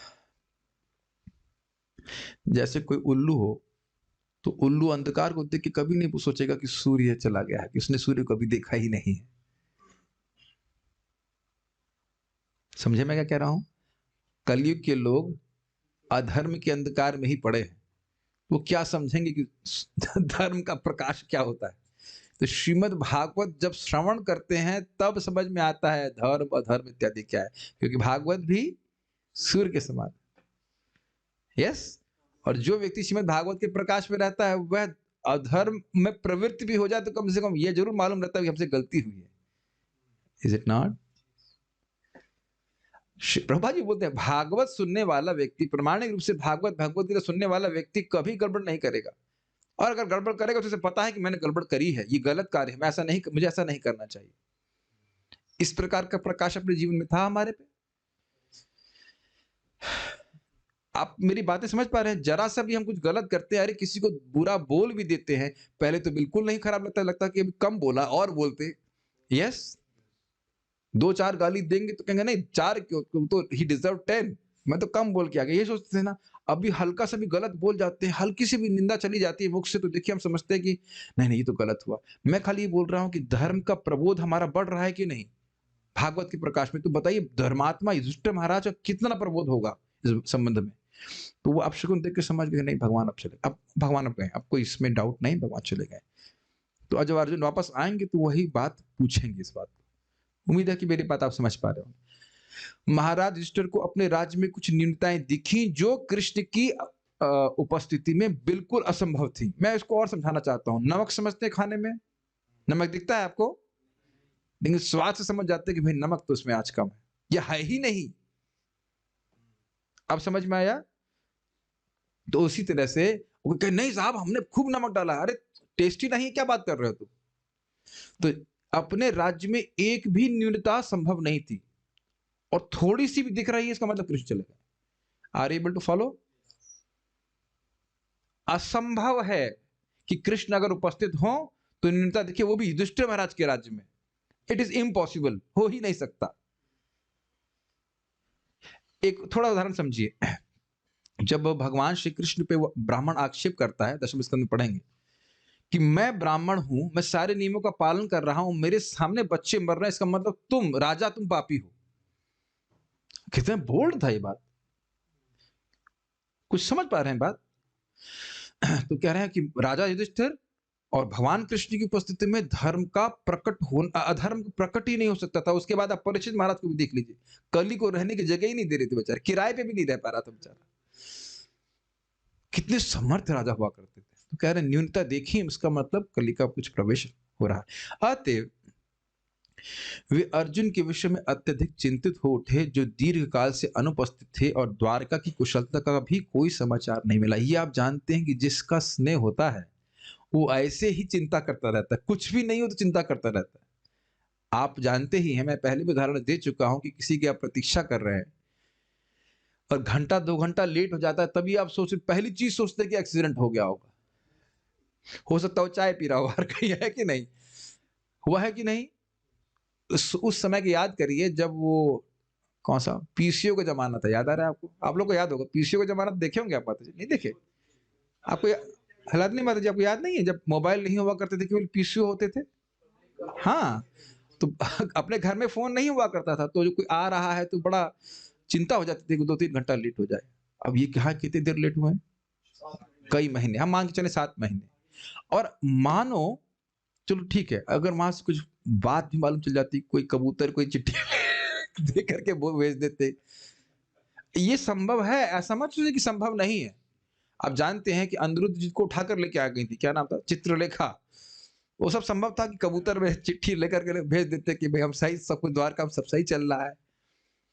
ये सब भी था, कोई उपदेश नहीं। अच्छा चलो अर्जुन नहीं आ सकते, ठीक है नहीं आ सकते, द्वारका से कोई व्यक्ति नहीं आ सकता है। क्या भगवान कृष्ण को, अर्जुन को पता नहीं कि युधिष्ठिर महाराज चिंतित होंगे? खाली एक ही तरफ की बात मत सोचिए आप लोग कहीं जाते घर से फोन नहीं कर देते हम पहुंच गए, तो माँ को चिंता है, आपको चिंता नहीं कि उनको चिंता है। सारी बातें उलझी हैं कि नहीं इसमें? प्लीज ट्राई टू अंडरस्टैंड जो हम क्या कह रहा हूं। द्वारका में अब सबका तिरुभुआ होगा, बताने लग रहा क्या है, बताइए क्या बताएंगे? विदुर जी भी तो नहीं बता रहे हैं, किसको क्या बताएंगे कि भगवान कृष्ण चले गए? Understand this point. तो ये बोल रहे हैं कि इतने अर्जुन तो वापस नहीं आए और क्या बताएंगे, और अभी भी आप जब आके देखेंगे तो नहीं, वो बोल भी नहीं पाएंगे। जैसे कि संजय बोल नहीं पा रहे थे, जबकि युधिष्ठिर महाराज से पूछ रहे हैं सामने कि कहाँ गए चाचा जी, तो वो नहीं बोल पा रहे, इतने वो प्रेम से विह्वल हो गए थे ना, स्नेह वैक्लव्यात, स्नेह से विकल हो रहे थे। वैसे एक बात है कि इस अध्याय की पारायण फल हमारे पास नहीं, तो आप लोग बच गए अभी तक तैयार रही, कैसे करेंगे? उन्हें भगवान कृष्ण के अंतर्धान होने की आशंका हुई, अन्यथा ऐसे भयानक अपशकुनों की संभावना नहीं थी। स्पष्ट? ठीक है। क्या देखा उन्होंने, वो भी हम आज ही सुनेंगे। कालस्य च गतिं रौद्रा, कालस्य च गतिं रौद्रा, विपर्यस्तु धर्मिणः, विपर्यस्तु धर्मिणः। पापी यसीम होना चाहिए, थोड़ा सा मिस्टेक है क्या, या पापी नहीं, पापी यसी ही है, यसीम है ना। पापी यसीम नृणाम वार्ता, पापी यसीम नृणाम वार्ता, क्रोध लोभानृतात्मना, क्रोध लोभ नृतात्मनाम। पापी यसीम है, हाँ वो थोड़ा सा मिस्टेक हो गया, कोई बात नहीं। अनुवाद, उन्होंने देखा कि सनातन काल की गति बदल गई है। ये मैं समझने में मुझे थोड़ा दिक्कत होती है भाई, सनातन काल तो फॉरवर्ड जा रहा है, क्या बैकवर्ड चला गया? फॉरवर्ड समझ रहे हैं, सतयुग से त्रेता, उसकी तो गति आगे की है, वो क्षय करता हुआ चल रहा है, धर्म का क्षय करता हुआ चल रहा है। ये बात पता है ना आपको? व्यासदेव जी देख रहे थे ना कि काल की गति को देख रहे थे। श्लोक शब्द वहां पे बड़ा आया, अच्छा आया था, इसकी काल की गति को रोक कोई सकता नहीं, अप्रतिहत गति, तो शब्द याद नहीं आ रहा है, रह शब्द था उसमें, एनीहाउ। तो उसको समझ रहे थे कि वो कह रहे हैं कि काल के प्रभाव से सतयुग से त्रेता से द्वापर से कली होते होते धर्म की ग्लानि हो रही है, वो देख पा रहे थे काल के प्रभाव से। तो उस तरह से तो काल की गति विपरीत होने का अर्थ हुआ नहीं, तो काल की गति बदल गई है। अर्थात आज हमसे पूछे, ये हेमंत के बाद बसंत आता है, कुछ पूछे थे ऐसे पूछ रहे थे ना, अरे मुझे नहीं पता आता है कि नहीं, तो प्रश्न ये था ना कि ये क्रम होता है, अर्थात फरवरी के महीने में ये होना चाहिए, ये मौसम होना चाहिए, जनवरी की मौसम जनवरी में ये होना चाहिए, उसके बाद ये होना चाहिए, उसके बाद ये होना चाहिए। तो काल की गति बदल गई का अर्थ समझ रहे हैं? काल के अनुसार जो क्रम में ऋतुओं का प्रभाव दिखना चाहिए वह चेंज हो गया है। समझ में आया इसका? ऐसा नहीं, काल तो एक ही दृष्टि से चल रहा है, लेकिन जिस काल में जो ऋतु का आना चाहिए था वो नहीं हो रहा था। और अगर आपको याद हो, ये एकदम युधिष्ठिर महाराज के राज्य में हम देखे थे कि जिस जिस ऋतु में जो जो फल होना चाहिए था वो खूब फलीभूत हो रहा था। याद आ रहा है आपको इस बात को? अब देख रहे हैं सीक्वेंस में पढ़ने का क्या फायदा हो रहा है। युधिष्ठिर महाराज के समय में जिस ऋतु में जो फल मिलना चाहिए वो मिलता था, कोल्ड स्टोरेज की जरूरत नहीं थी, गर्मी में गोभी खाने की जरूरत नहीं थी। समझ रहे हैं बात को? तो उन्हें देखा कि सनातन काल की गति बदल गई है और यह अत्यंत भयावह था। ऋतु, और इसका क्या कैसे देखा उनने, दिखाई कैसे पड़ा? काल तो नहीं दिख रहा है, काल दिख रहा है आप लोगों को? टाइम देखना जरा, टाइम देख लेंगे, घड़ी देख रहे हैं, टाइम नहीं देख रहे। तो टाइम के प्रभाव को देखा, इसलिए कह रहे हैं ऋतु संबंधी नियमितताओं को में व्यतिक्रम हो रहे थे। ये समझ में आ गया? कई बार आप लोग आश्चर्य करेंगे, भाई इस समय तो बारिश होनी नहीं चाहिए थी, अभी बीच में एक दो बार बारिश हुई ना, आप लोग को आश्चर्य नहीं हो रहा था? आप लोग बोल रहे हैं ना कि इस समय तो बारिश होनी नहीं चाहिए थी, पहले तो होती नहीं थी, अभी कैसे बारिश हो रही है? इससे हमारी जो क्रॉप्स है, मतलब फसल है, वो खराब हो जाती है। ये तो आप लोग कभी अपने मुख से नहीं बोले हैं, देखे हैं, कई बार देखते हैं। कभी आप लोग कहते भी होंगे अभी पिछले साल भी ऐसा हुआ था, इस बार इतनी गर्मी नहीं पड़ रही, क्या बात है? तो जो युधिष्ठिर महाराज देख रहे थे वो आप लोग देख पा रहे हैं कि नहीं? मोटा-मोटी देख रहे हैं, है कि नहीं? या अभी कोई बोल रहा था कि आज कैसी बसंत पंचमी है, इतना ठंडा? आज ही कोई-कोई बोल रहा था ना, हम सुने थे इस बात को। महाराज जी बोल रहे थे, हाँ। इंग्लिश क्लास में हम सुन रहे थे, इंग्लिश क्लास में बात को बोला, तो ये ऋतु का व्यतिक्रम हुआ कि नहीं? सामान्यतः बसंत पंचमी मतलब खूब बढ़िया धूप निकलेगी, बड़ा अच्छा मौसम होगा, है ना? लेकिन वह तो नहीं दिख रहा है। तो ऋतु का व्यतिक्रम देख रहे हैं, क्रम ठीक नहीं चल रहा है। इसका बहुत बड़ा प्रभाव है हमारे शरीरों पे। क्यों, हम गलत तो नहीं कह रहे? एकदम से ठंडा, एकदम से गर्मी हो जाना, ये हमारे शरीर पे बहुत बुरा प्रभाव डालता है। तो ये सब हो रहा है। सामान्य लोग अत्यंत लालची, दिख रहा है कि नहीं? प्रभु जी अच्छा वाला च्यवनप्राश तो बना रहे हैं, एक सस्ता वाला भी बना दे। पता सस्ता कितने वाला? एक 1200 रुपए किलो और दूसरा 190 रुपए किलो। झूठ तो नहीं बोल रहा, यही बात आई थी ना हमारे सामने। तो मैं ही प्रभु जी डिस्कस कर रहा था तनिष्क प्रभु को कि हम लोगों को ये ही नहीं करना है। हमारी मति धन में नहीं धर्म में होनी चाहिए। धर्म करेंगे भगवान की कृपा से, जो भी कुछ हम तो भगवान के लिए कर रहे हैं, गायों की सेवा के लिए कर रहे हैं, हमें कौन सा पैसा अपने से कमाना है। इससे पहले हम आगे जाए इस बात को जरा देख लीजिए कि यदि धन प्राप्त होता है तो वो कितना अपनी नाक को घुमाए, ऐसे घुमाए वैसे घुमाए, व्यक्ति बिल्कुल चिंता नहीं कर रहा है, as long as money comes. ये देख पा रहे हैं कि नहीं? कितना भी गर्हित काम करना पड़े, व्यक्ति इसमें कोई शर्म नहीं करता है। अब मैं एक एक व्यक्ति को, अगर एक एक प्रोफेशन को लूंगा तो शायद बुरा भी मानेंगे, लेकिन हर जगह तो लोग सबसे इंपॉर्टेंट बात है कि दूध, अरे भाई दूध में पानी मिलाओ चलेगा, स्वीकार कर लेंगे, कम से कम पानी ही रहेगा, लेकिन सर्फ किसी को पिलाना, हम लोग सुना अभ्यस्त हो गए हैं धर्म की कथा सुनने में, गुस्सा भी नहीं आता है आपको? अरे भाई तुमको सर्फ क्यों पीना? सर्फ तो हमारे घर में हम खुद ही घोल के पी ले। आप बताओ, किसी के छोटे बच्चे को आप सर्फ घोल के पिलाइए, कितना घोर कर्म है। अब बताइए, घोर कर्म नहीं है? अब आप सोचिए कि उस व्यक्ति की चेतना कहां है। आप सोचिए इस बात को कि कहां चेतना की सर्फ घोल घोल के पिला रहा है। यदि वो कुछ नहीं सोच रहा है, केवल पैसे के बारे में सोच रहा है, तो ये सब उसी समय से देखना शुरू कर दिया। अब इसका अर्थ समझ लीजिए, जब युधिष्ठिर महाराज राज्य कर रहे हैं तो एक भी व्यक्ति की ऐसी प्रवृत्ति नहीं है। एक छोटी सी मैं कथा संबंध में सुनाऊंगा, मैंने सुनी थी बहुत पहले इस व्यतिक्रम को। जहां तक मैं सुन रहा हूं, युधिष्ठिर महाराज के पास ही व्यक्ति आए थे, अब मुझे ठीक से थोड़ा याद नहीं, मैं खाली कथा बता रहा हूं कि दो भाई झगड़ा कर रहे थे जमीन के ऊपर। तो कैसे द्वापर से कली का ट्रांजिशन हुआ। द्वापर युग में झगड़ा शुरू हुआ इस बात पे कि ये जमीन तेरी है, और वो कहता है कि नहीं ये जमीन तुम्हारी है। और जैसे कलयुग का ट्रांजिशन हुआ, झगड़ा इस बात पे हो गया कि ये जमीन मेरी है। अब ये झगड़ा जो है, मैं गलत भी हो सकता हूँ, शायद महाराज युधिष्ठिर के पास आता, बहुत पहले कहीं प्रवचन में सुना था। समझ में आ रहा है बात?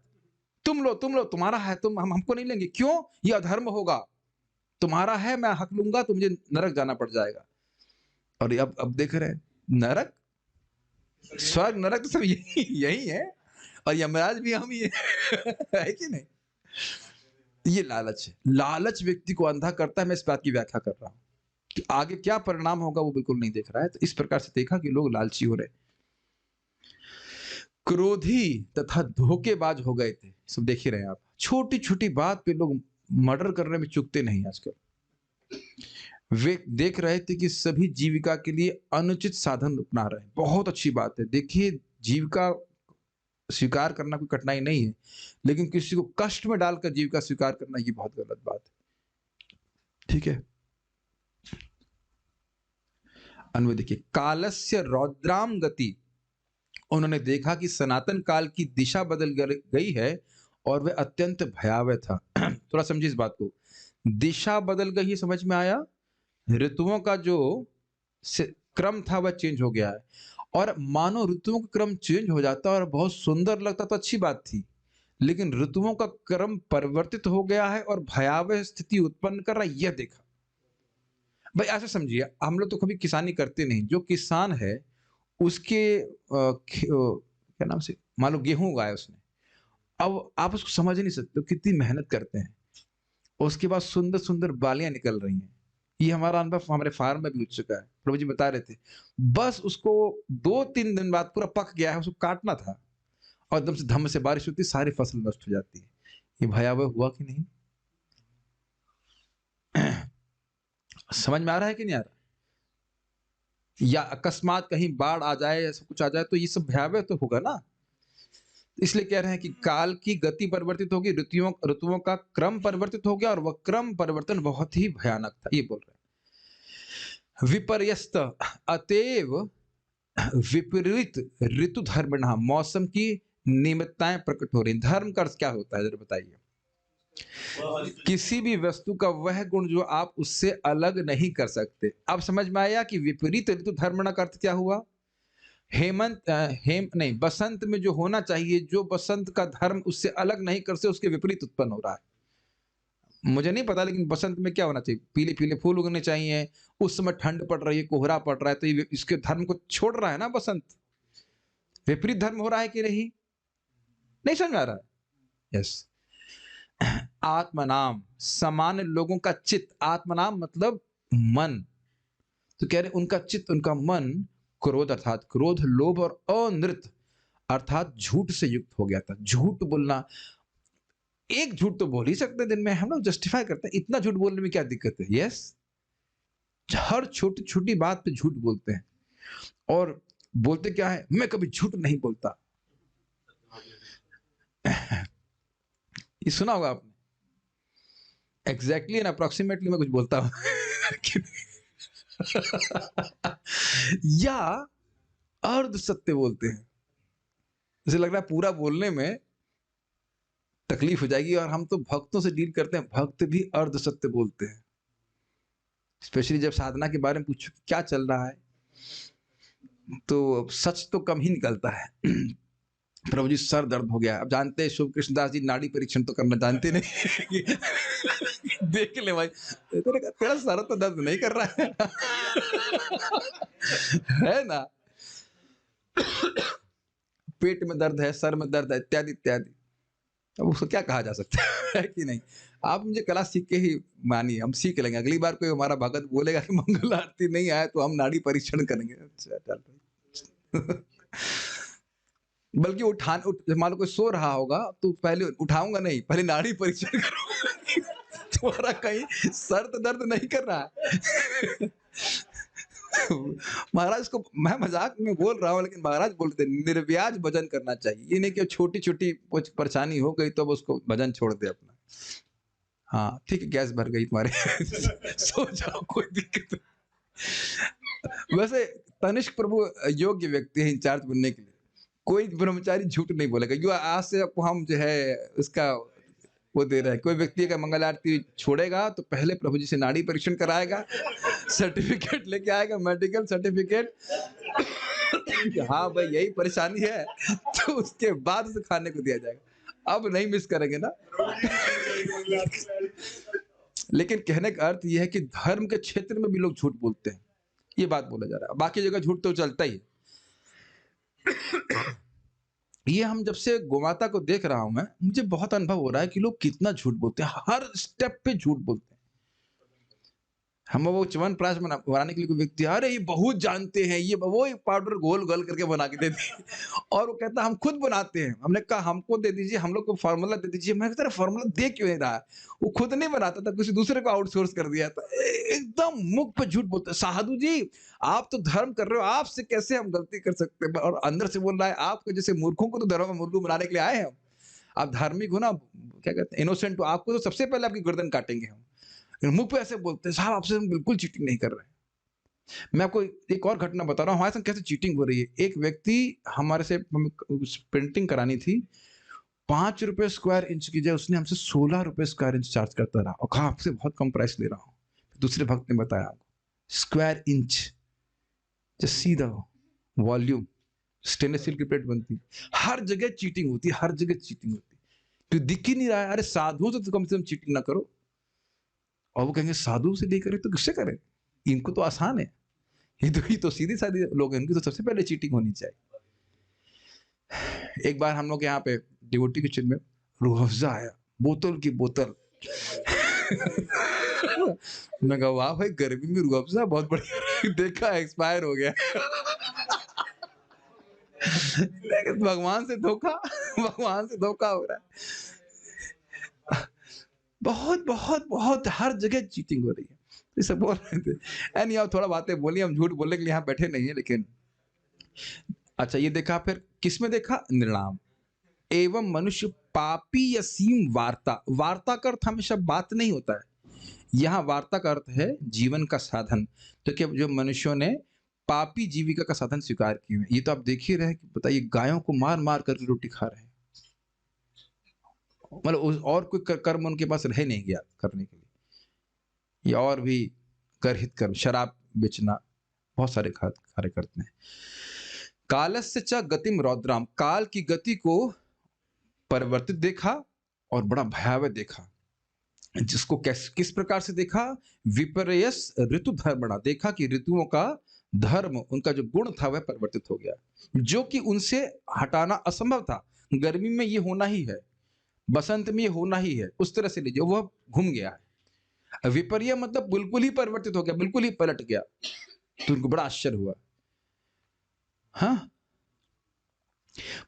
ऐसा समझिए कि अगर खीर आपको नमकीन लगे तब आपको कैसा लगेगा? आप समझ में आ गया? एकदम विपरीत धर्म। कभी आप लोगों के संग ऐसा हुआ है कि खिचड़ी, आप दलिया आप सोच रहे नमकीन है जबकि वो मीठी निकलती है? ये कभी हुआ है? यस, पानी में। हाँ, हाँ, मुझे भी याद है बचपन में मैं गोवा में गए थे, मेरी माँ उनको लेके गई थी होटल में, दाल मीठी निकली। ये कौन सा धर्म है इसका? अब समझ में आया आश्चर्य हुआ किस प्रकार से। तो हम लोग तो ध्यान नहीं देते, हम लोग तो विपरीत धर्म की ऋतु में ही पैदा हुए, मतलब वही झेल रहे हैं उस तरह से, तो हम क्या समझेंगे किसमें क्या होना चाहिए? ठीक है ना? तो इसलिए कह रहे हैं कि विपरीत धर्मणा। फिर क्या कह रहे हैं? पापी यसीम निर्णाम वार्ता। वार्ता अर्थात लोगों की जीविका का साधन पापमय हो गया था।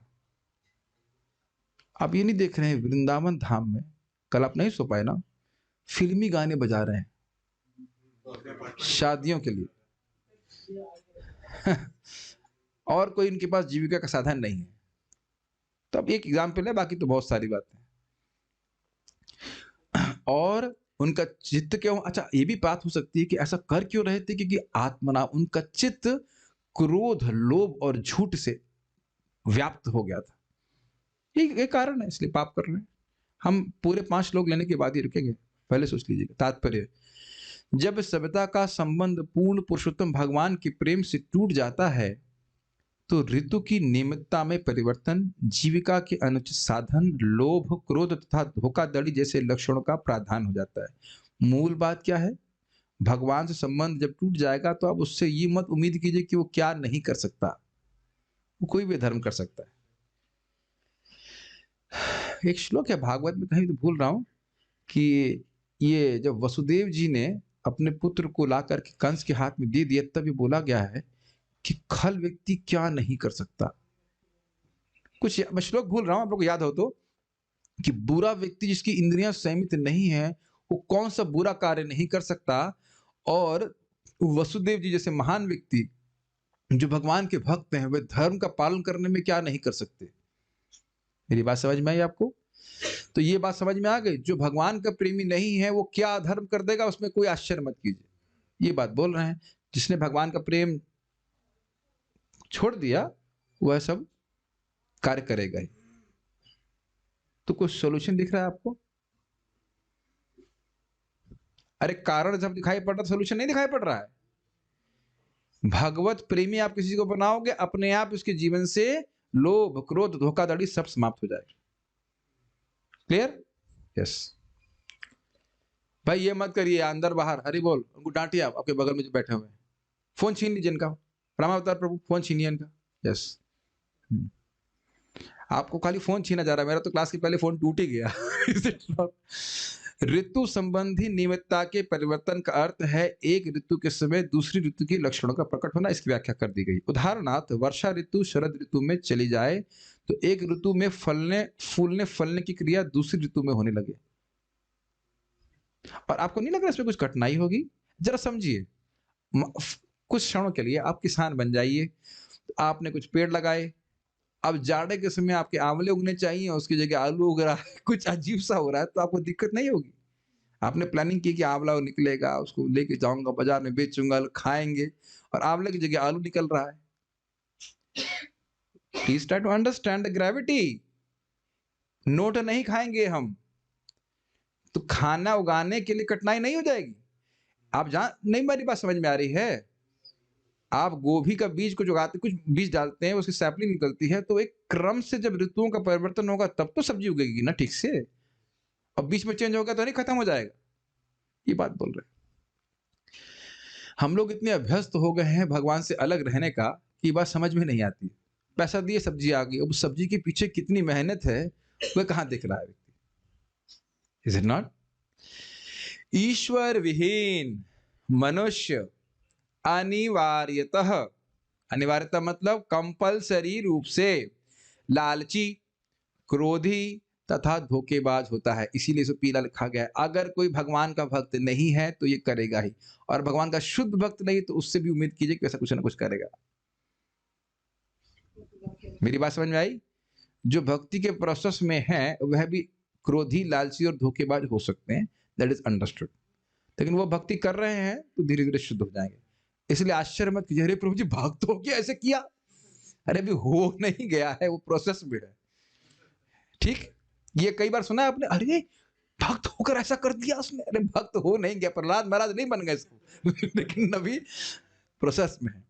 ऐसा व्यक्ति किसी भी साधन से अपनी जीविका चला सकता है, पुत्र को मार के भी। बस ये समझ लीजिए, मैंने इसीलिए थोड़ा अलग तरह से बोला था, किसी भी का अर्थ समझ रहे हैं? आपको सर्फ घोल के पिला के भी, घी जो सबसे पवित्र वस्तु है उसमें पशुओं की चर्बी मिला के भी, समझ ही गए होंगे आप कुछ। अब मैं आपको बता रहा हूं प्रैक्टिकल, ये प्रैक्टिकल, हम अपने उसका प्रमोशन नहीं कर रहे हैं। हमारे सामने आया था, वो क्या होता है, कूटू बीज। हम जहां से कूटू बीज खरीदी उसमें हमें मस्टर्ड सीड मिल गया, मैंने तुरंत बैच वापस कर दिया। हमने कहा ये तो एकादशी में खा नहीं सकते, और भक्त हम पर विश्वास करके लेके जाएंगे, भक्ति लोग एकादशी कर रहे हैं, उनका धर्म नष्ट होगा। गोमांस खाने के बराबर है कि नहीं अनाज और अन्य वस्तुएं, अगर आप एकादशी में खाते हो तो। जिसको वापस ही कहते हैं हम लेके पीस देंगे। सुनिए मेरी बात, हमें कोई दिक्कत नहीं, हम तो लेके पीस देंगे। अंधा है ना वो धर्म के प्रति। ये मैं आपको एकदम सच बात बोल रहा हूं, आप पूछ लीजिएगा नटर प्रभु को। हमें कोई दिक्कत नहीं है। बहुत ध्यान पूर्वक बाहर से वस्तुएं ग्रहण कीजिएगा। लोभ है उनको, पैसे का लोभ है। मैं पूरा बैच वापस करवा दिया, मैं कहा नहीं वापस करो इसको, क्योंकि धर्म दिख रहा है हमको ना। मैं अपना कोई गुणगान नहीं कर रहा हूं, लेकिन धर्म दिख रहा है कि भाई कितना बड़ा उसका तो नष्ट होगा धर्म, और मेरे पे कितना आएगा कि मैंने सुविधा दी ना, उस व्यक्ति ने मेरे पे विश्वास किया ना, तो उसको गो मांस मैं खिला रहा हूं, ये मुझे दिख रहा है, उस व्यक्ति को नहीं दिख रहा है। इसीलिए भक्तों से निवेदन है कि ये कौन सा चावल होता है, समा चावल, भैया मत खाइएगा। और मैं ये बात आ रही थी, मैं आपको बता रहा हूं कैसे चीटिंग पकड़ी जाती है। मैं दिल्ली में कौन सा मसाला मार्केट है, फॉरगेटिंग द नेम, हाँ, खारी बावली, सारे बावले भाई इकट्ठे जिसे कहना चाहिए। मैंने खाली ऐसे कौतूहल में पूछा, भाई ये खड़ी हल्दी कितने रुपए की आती है? तो कह रहा है 140 रुपए की। पीसी हल्दी कितने रुपए की आती है? 100 रुपए की। समझ में आ गया आपको? समझ में आ गया ना क्या चीटिंग होती है, चीटिंग होती है। मैं कहा ये इक्वेशन तो हम नहीं बिठा पा रहे, हमारे तो किसी भी इंटीग्रेशन और डिफरेंशिएशन समझ में नहीं आ रहा। खड़ी 140 की और जो पिसी हुई 100 रुपए की। कह रहा प्रभु जी करना पड़ता है, समझे इस बात को।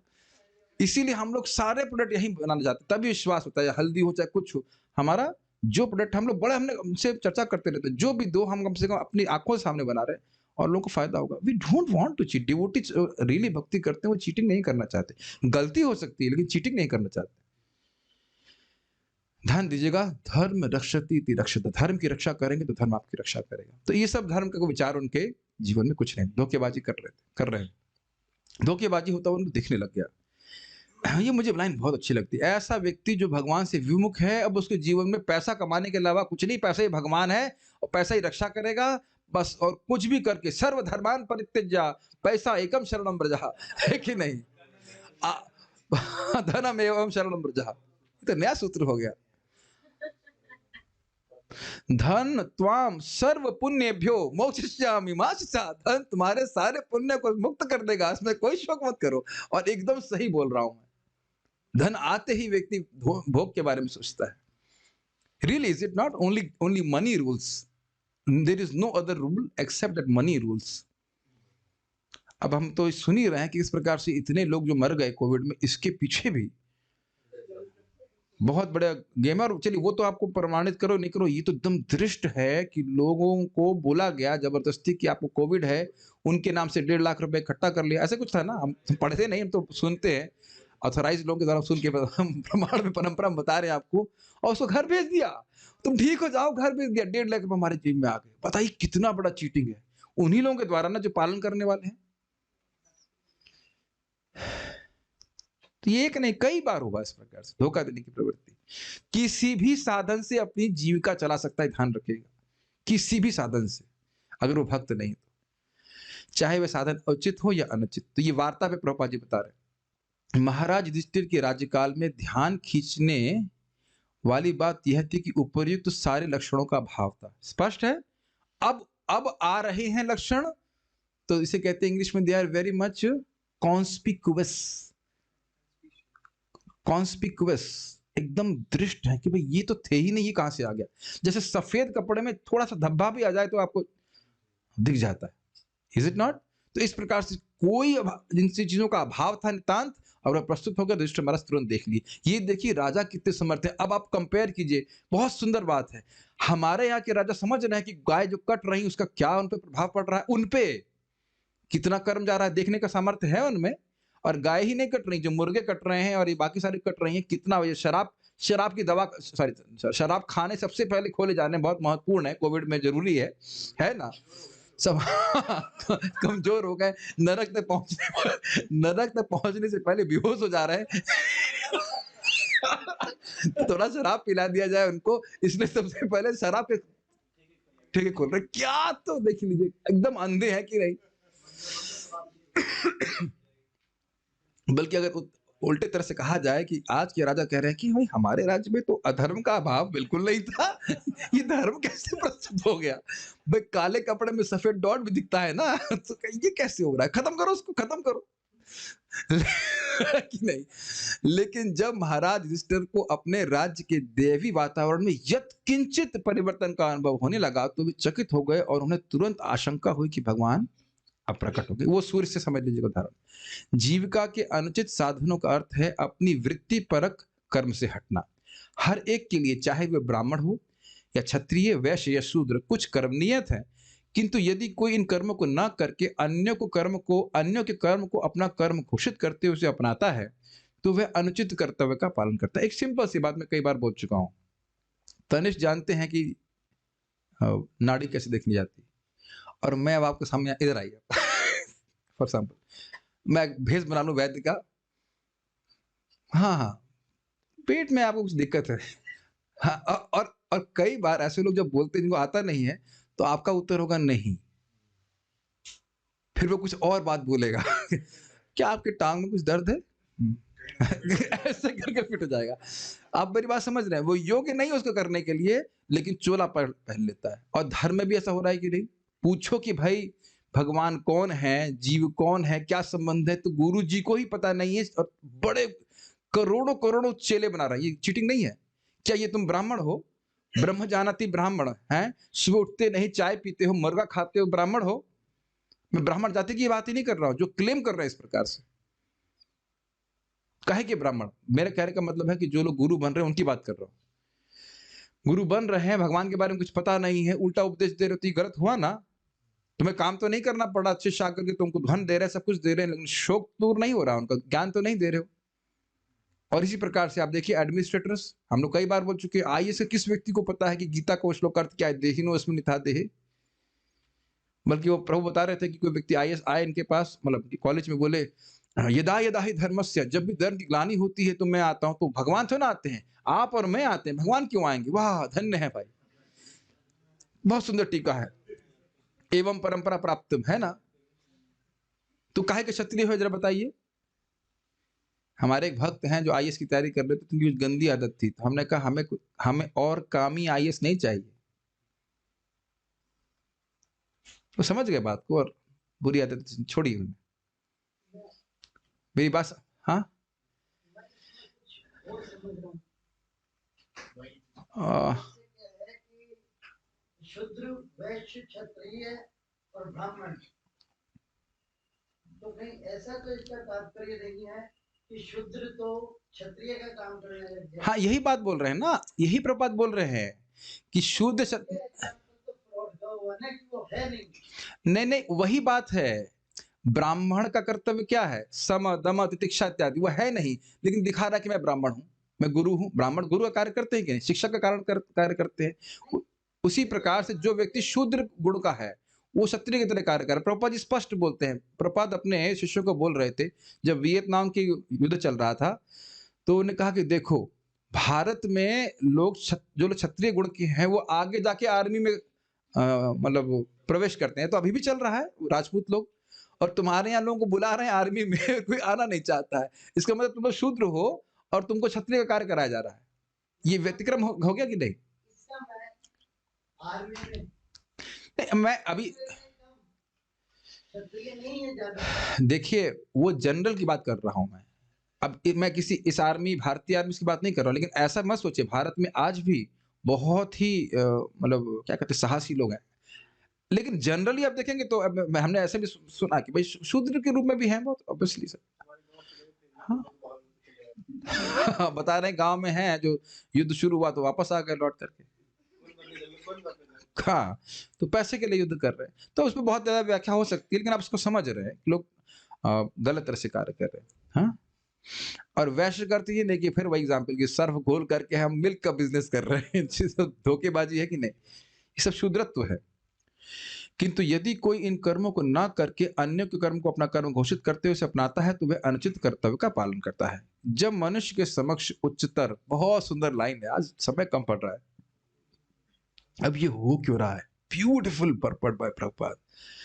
जब मनुष्य के समक्ष उच्चतर जीवन उद्देश्य नहीं होता और वह सोचता है कि उसका कुछ वर्षों का भौतिक जीवन ही सब कुछ है, तो मनुष्य संपत्ति तथा शक्ति के लिए अत्यधिक लोभी बन जाता है। इसकी तो व्याख्या की आवश्यकता ही नहीं, इतना क्लियर स्टेटमेंट। जब दिख ही नहीं रहा कि कुछ क्षणों के तुम यहां रहोगे फिर गायब हो जाओगे, गायब हो जाओगे सब छोड़ करके, तभी व्यक्ति इस तरह पाप के जीवन में प्रवृत्त होता है। उसको बिल्कुल नहीं दिख रहा कि कुछ क्षण में वो समाप्त हो जाएगा, पूरी सत्ता समाप्त हो जाएगी, और फिर जो उसने किया है उसका फल कई हजार साल तक भोगने के लिए आगे प्रस्तुत हो जाएगा। क्या आप गीता महात्म्य में नहीं सुने? कोई स्त्री थी बहुत गंदे कार्य कर रही थी, आगे कितने हजारों सालों तक वह भोगती रही नरक में। क्यों वो इस तरह से कर रही थी? क्योंकि उसे ये दिख रहा है कि थोड़ा सा जीवन है, भोग में गलत जीवन पड़ जाऊंगा, ये पड़ रही हूं, आगे कितना नुकसान हो जाएगा। इसी तरह से कोई ब्राह्मण था जो अपने ब्राह्मण कर्तव्य छोड़ के गलत कार्य कर रहा था, वो सोच रहा है मैं बड़े मजे कर रहा हूं, मौज कर रहा हूं, आगे कितना भयानक उसका जीवन हो रहा है वो नहीं देख पा रहा है। बहुत सुंदर बात है, बहुत अच्छी बात है। लोफरगिरी कर रहे हैं, लोफरगिरी समझ रहे हैं, उद्देश्यहीन जीवन, इसीलिए भोग करना चाहते हैं।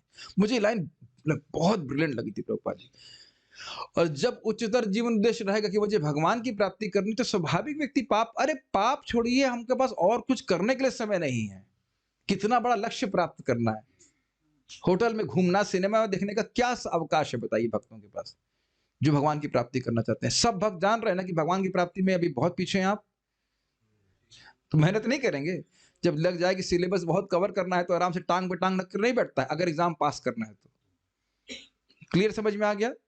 जब एग्जाम का उच्चतर उद्देश्य एग्जाम को अच्छे नंबरों से पास करना है, उच्चतर उद्देश्य होता है, तो लड़का बहुत ठीक से पढ़ता है, नहीं तो लड़का लोफरगिरी करता है। यही प्रपात कह रहे हैं। और ये आप देख रहे हैं कि जीवन में कोई उच्चतर उद्देश्य नहीं है। एक माता जी बता रहे थे उनके पति भक्त नहीं है, सीए वीए हैं, सब अच्छे से पढ़ लिए हैं, लेकिन खुद बोल रहे हैं कि मैं करूं क्या अपने जीवन के संग। बस यही है कि बच्चों को पाल रहा हूं, तुमको पाल रहा हूं, मतलब इन सेंस पालन पोषण कर रहा हूं, लेकिन मैं अपने जीवन के संग क्या करूं उनको नहीं पता, और वो भक्ति स्वीकार नहीं करना चाहते हैं। Is it not striking? और इसी कारण से वो इंद्रिय तृप्ति में प्रवृत्त है। तो जो बात प्रभुपाद बोल रहे हैं वो हम जीवन में देख रहे हैं। इस बात को, ये मुझे इसलिए लाइन बहुत अच्छी लगी थी। समझ में आया? ये मूल बात है कि व्यक्ति का अगर जीवन का उच्चतर उद्देश्य भगवान की प्राप्ति करना, तभी इन बातों से वह अनमनस्क हो सकता है, गलत बातों से। बहुत अच्छा बात, लोभ इत्यादि से मुक्त हो सकता है। अज्ञान ही मानव समाज की सारी विसंगतियों का कारण है, अर्थात भगवान से अपने संबंध का ज्ञान, और इस अज्ञान को हटाने के लिए विशेष रूप से इस अधोगति के युग में श्रीमद् भागवत रूपी प्रबल सूर्य अपना प्रकाश वितरित करने के लिए उपलब्ध है। अभी भी क्लास समाप्त नहीं हुई है, एक दो श्लोक और बाकी है। समझ में आ गया? इस भागवत के प्रकाश में सारे अज्ञान के अंधकार को नष्ट किया जा सकता है। क्या करना है, क्यों करना है, कैसे करना है, एकदम क्लियर रूप से भागवत बता रही। बहुत सुंदर तात्पर्य। I am fully enthusiastic to do 2 more श्लोकस। जिमा प्रायम व्यवरहितम जिह्म प्रायं प्रवहितं शाठ्य मिश्रम च सौहृदम शाठ्यमिश्रं च सौहृदं पितृमात्र सुहृद भ्रातृ पितृमातृ सुहृद भ्रातृ दंपतीनाम च कलकनम। दंपतीनां च कल्कनम्। सारे सामान्य लेन देन, यहाँ तक कि मित्रों के बीच के व्यवहार तक कपट के कारण दूषित हो गए थे। कपट मतलब धोखा। पारिवारिक मामलों में पिता माता तथा पुत्रों के बीच, शुभचिंतकों के बीच तथा भाई भाई के बीच सदैव गलतफहमी होती थी। क्या है जो आपको नहीं दिख रहा है? सब तो दिख रहा है। क्या आप लोग भी देख पा रहे हैं कि नहीं? प्रकट देख रहे हैं, दृष्ट।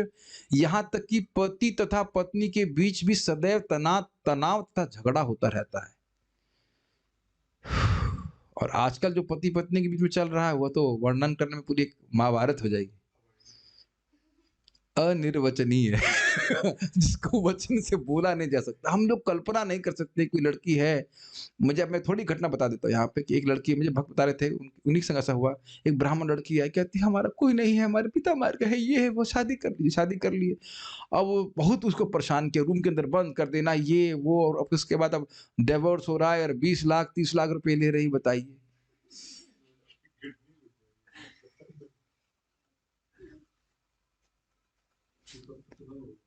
तो क्या दृष्ट नहीं है? बताइए। It's a big Gamble, be careful. ठीक है। अब इसमें शब्दार्थ और अन्वय एक ही है, लेकिन लोग कह रहे नहीं मेरे संग नहीं होगा। कपट हो रहा है जगत में, लेकिन मेरे संग नहीं होगा। अरे और बातें हैं ना, आपको मालूम करने की उनसे पूछ लीजिए। ये जो बातें बता रहे थे धोखेबाजी की, वो सुन करके तो हम एकदम हिल गए। और हर दिन आप एक डोज दे दिया करिए। तो व्यक्ति केवल पति पत्नी की नहीं, भाई भाई में भी धोखा हो रहा है। अभी एक भक्त हमारे आश्रम ज्वाइन करने वाले हैं, जिनके सारी संपत्ति को उनके भाई और पिता ही छीन लिए, सारी छीन लिए। कहते हैं जो निकलो यहां से। बढ़िया की एक अलग बात है, लेकिन कपट तो है ना। तो चलिए अब सुनते हैं। जिम प्रायम कौटिल्य प्रचुर। आप कह रहे हैं प्रभु जी कौटिल्य तो मतलब चतुरता होती है। हमारे एडिटर साहब बोले देख लो भाई, कुटिलता को पॉजिटिव ले रहे हैं हमारे एडिटर। कुटिल, आप कहें कि तुम बड़े कुटिल हो तो आप बड़े खुश हो जाएंगे, है कि नहीं? तनिष प्रभु आप बड़े कुटिल हैं। ये कोई गुणगान है? हमारे एडिटर साहब आजकल का छोटे बच्चे हैं, तो वो कह रहे प्रभु जी ये तो गुण है। कुटिलता मतलब चतुरता। अरे चतुरता नहीं, कुटिलता मतलब समझ रहे कैसी चतुरता? दूसरे को धोखा देने वाली चतुरता। इसीलिए कौटिल्य प्रचुर बोला, धोखा देना। प्राय जिम मतलब अब धोखा ही होता है। और प्राय शब्द व्यवहारितम मतलब व्यवहार में, सामान व्यवहार में, समस्त सामान लेन देन के कार्य में, हर छोटी चीज में व्यक्ति धोखा कर रहा है। दृष्टवा, अब उनको यही दिक्कत हुई कि भाई ये दृष्टवा शब्द श्लोक में है नहीं, तो ये दृष्टवा आखिरी श्लोक में है 5वें, उसको सप्लाई करना पड़ेगा। जिह्वा प्रायम व्यवृतम दृष्टवा, यह देख करके कि समान व्यवहार में लोग चीटिंग कर रहे हैं। ठीक, रोज नौकरी में भी हमारे वक्त बता रहे थे, खाली हम लैपटॉप पे हल्का हल्का ऐसे कुछ कुछ कर देते हैं, एक बटन दबा देते हैं तो लगता है कि हम जो है नौकरी में। और आप लोग से भी धोखा हो रहा, काम कराएंगे 10 लाख का आप देंगे, आपको 50,000 जो भी कुछ। मैं एक अंदाज से बोल रहा हूँ, दोनों तरफ से चीटिंग है कि नहीं? समान व्यवहार में चीटिंग कर रहा है। आजकल ऑनलाइन क्लासेस हो गई तो बच्चे कितनी चीटिंग करते हैं। अपना कुछ फेक वीडियो बना देंगे। काफी अच्छा है, आप लोग भी सीख सकते हैं। जो लोग भी वीडियो ऑन नहीं करना चाहते हैं वो सीख लीजिए किस प्रकार चीटिंग करते हैं। तो आप लोग ऐसे ऐसे करते हुए दिखेंगे। हाँ, वेरी नाइस क्लास। बीच बीच में आप मैसेज कर सकते हो तो मुझे लगेगा कि आप लोग क्लास सुन रहे हैं। ठीक है, तो ऐसा सामान्य में चीटिंग होती है। अच्छा, आगे क्या देखा?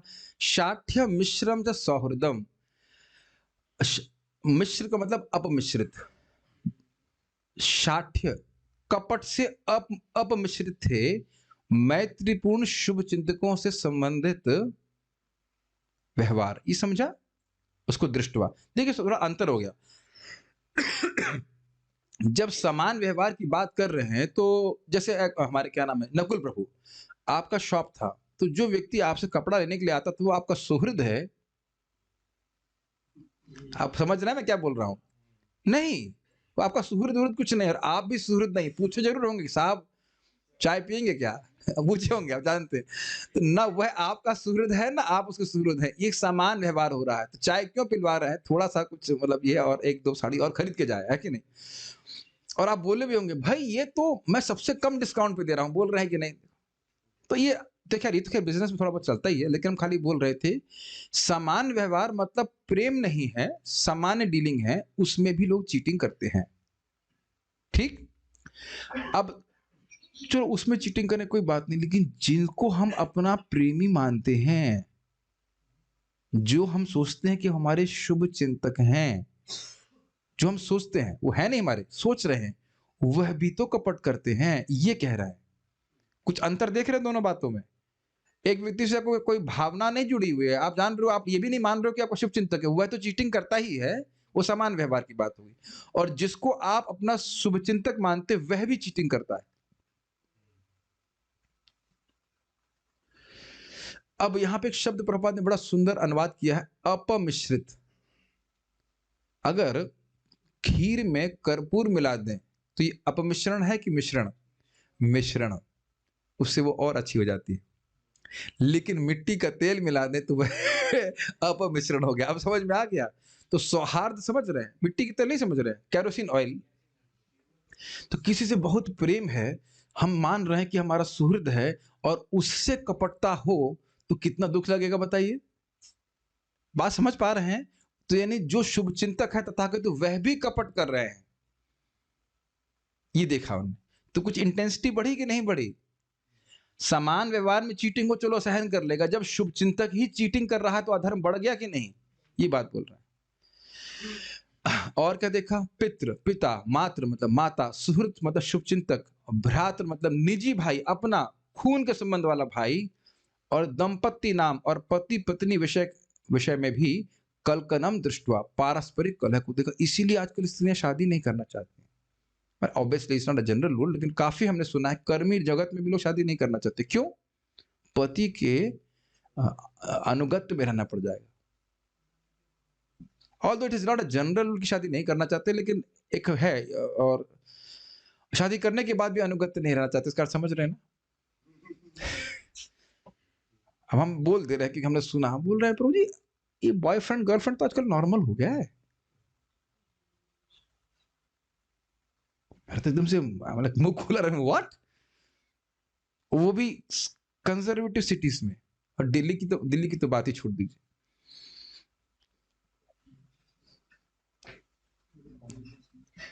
कलह हो रहा है। तो जिह्वा प्राय विवृतम मतलब समान व्यवहार में धोखेबाजी, शाठ मिश्रम च सौहृदम, सुहृदों के बीच में भी कपटता, और पिता माता शुभ चिंतकों और भाइयों, और यहाँ तक कि पति पत्नी के बीच में भी कलह होती है। तो कलह हो तो उसमें आश्चर्य मत कीजिए, ये मैंने इससे बहुत सीखा। भक्त समाज में भी, इंस्टीट्यूशन में भी लोग कलह करने वाले हों और कलह करें तो उसमें कोई आश्चर्य नहीं। पहले देखिए उनके जीवन में भागवत का प्रवेश कितना है। अंधकार को क्यों दिखा रहे? अच्छा है कि दीप जलाए, तो दीप जल रहा है कि नहीं है उसको करके फूक दिए कि 15 दिन में कभी एक बार भागवत भी नहीं सुनेंगे। आप लोग को आश्चर्य हो रहा होगा। हम यहाँ पे, मैं मुझे पूछा जाए कि मैं क्लास क्यों करता हूँ, पता क्यों करता हूँ? हमारे एक भक्त हैं, नाम नहीं रखूंगा, उनका दूसरा इनिशिएशन भी हो गया। एक दिन समझा, मैं क्लास दे रहा था, वो आते थे कभी कभी, बीच में आना शुरू किए।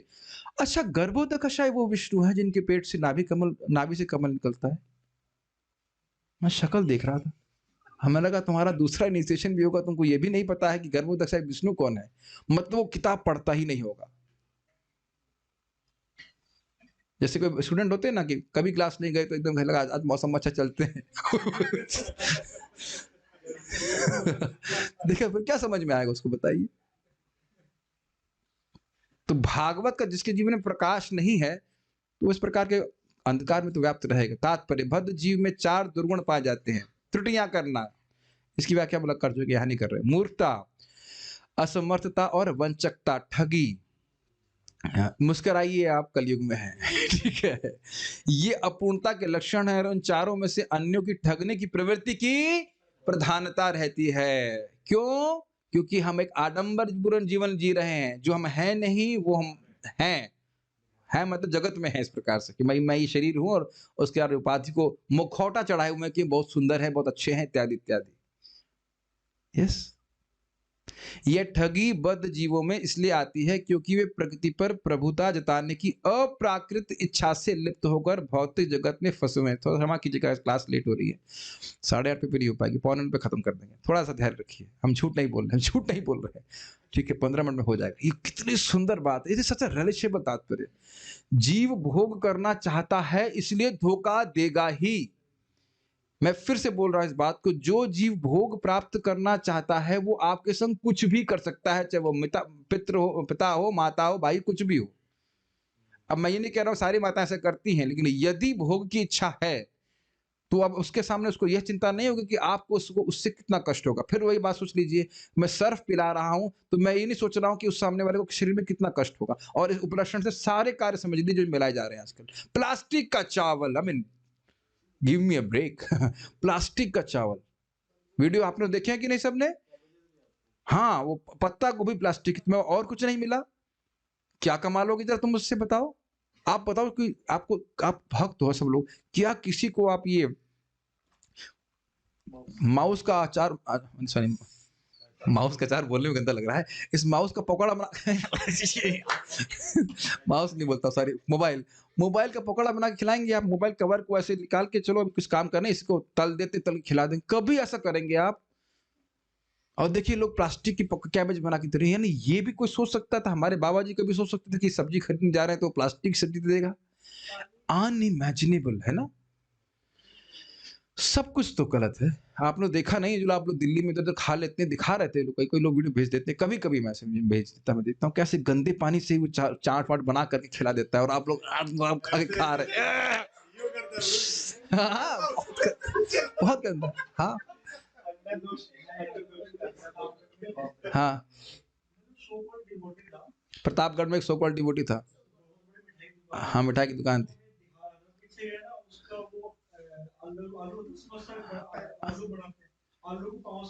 ओह, बता रहे हैं कि समोसे के आलू को पांव से धो रहे थे। अच्छा अच्छा, यत पाद संशय सूता। उनके चरणों का आश्रय लेकर के व्यक्ति मन यहाँ पर समाया ना, उसका मन पवित्र हो जाता है और इतना पवित्र हो जाता है कि सद्या पुनन्ते उपसृष्टा सर्वधन्या पुन सेवया। इस कारण से गंगा जी तो बाद में पवित्र करती हैं, उस समोसे को खा करके आप इतने पवित्र हो जाएंगे कि आपके संग से दूसरे लोग पवित्र हो जाएंगे वो तुरंत। ये तो बहुत हंसी की बात हो गई। देख लो, और आपने सुना था कि ब्रेड को भी लोग पांव से धोते करते थे। साबूदाने में कीड़े घुल कर आ जाते हैं। बहुत इस प्रकार से गंदगी है, इसलिए होटल में नहीं खाना चाहिए। क्यों? प्रकृति पर प्रभुता जताने की अप्राकृतिक इच्छा। जीव का इस भौतिक जगत से कोई संबंध नहीं है। हीरो बनना चाहता है, प्रभु बनना चाहता है, ये बात बहुत सुंदर तात्पर्य, इसलिए मैं आप लोग को अधिक थोड़ा समय दे रहा हूं। शुद्ध अवस्था में जीव नियमों द्वारा बंधित नहीं रहता। नारद जी, कोई नियम नहीं, कहीं पहुंच सकते हो, क्योंकि अपनी शुद्ध अवस्था में उसे यह ज्ञान रहता है कि जीव परम पुरुष के अधीन है। अरे अभी तो बोल रहे कोई नियम नहीं रहता, और उधर बोल रहे अधीन रहता है, ये क्या मतलब है? सिंपल, डीएम गवर्नमेंट के अधीन रहता है, इसलिए वो जेल में जब चाहे अंदर जा सकता है और बाहर जा सकता है। समझ में आ गया? और जो हीरो लोग वहां जेल में बैठे हैं समझ रहे हैं, वो जेल में इसीलिए है क्योंकि भगवान की, गवर्नमेंट की आज्ञा नहीं मानते। क्लियर, समझ में आ गया? एक बात मैं यहाँ पे आरिफ में बोल दे रहा हूं कि यदि जेल में घूम रहा है डीएम, तो भी वह जेल के नियमों से बंधा नहीं है, मुक्त अवस्था में। वो मुक्त की डेफिनेशन फिर क्लियर कर रहा हूं। और इस तरह अधीन बने रहना उसके हित में है, बजाय इसके कि वह परमेश्वर की संपत्ति पर झूठी प्रभुता जताए। समझ में आ गया? वस्तु कोई है नहीं हमारी, लेकिन हम मान के बैठे, लिख भी दे रहे हैं, पत्थर से लिख दे रहे हैं, पत्थर पे अंकित कर दिया है कि व्हाटएवर अरोड़ा निवास। लेकिन अरोड़ा जी कहाँ चले गए, अब कहाँ निवास कर रहे हैं मरने के बाद, इसकी जानकारी अरोड़ा जी का फैमिली को भी नहीं है। है ना? अच्छा, एक और बात पता है, कहीं अगर सामर्थ्य हमारे पास लिख दे अरोड़ा निवास, तो नीचे लिख दो कब तक।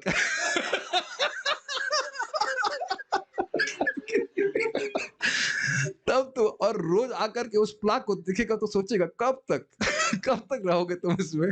खैर, इसी को झूठी प्रभुता कहते हैं। आंख तक हमारी खुद की नहीं है, न बना सकते हैं, फिर भी प्रश्न नहीं करते कि दी किसने और किस लिए। ये प्रभात कह रहे हैं। इसीलिए वो आंख से बहुत सुंदर सुंदर चीज देख रहा है, कोट एंड कोट सुंदर वस्तु है। बद्ध अवस्था में यदि उसे सर्वस्व मिल जाए तो उसे, जो उसे कभी मिलने वाला नहीं है, तो भी वह तुष्ट नहीं होता। लोभ, अतएव वह सभी प्रकार की ठगी करने लगता है।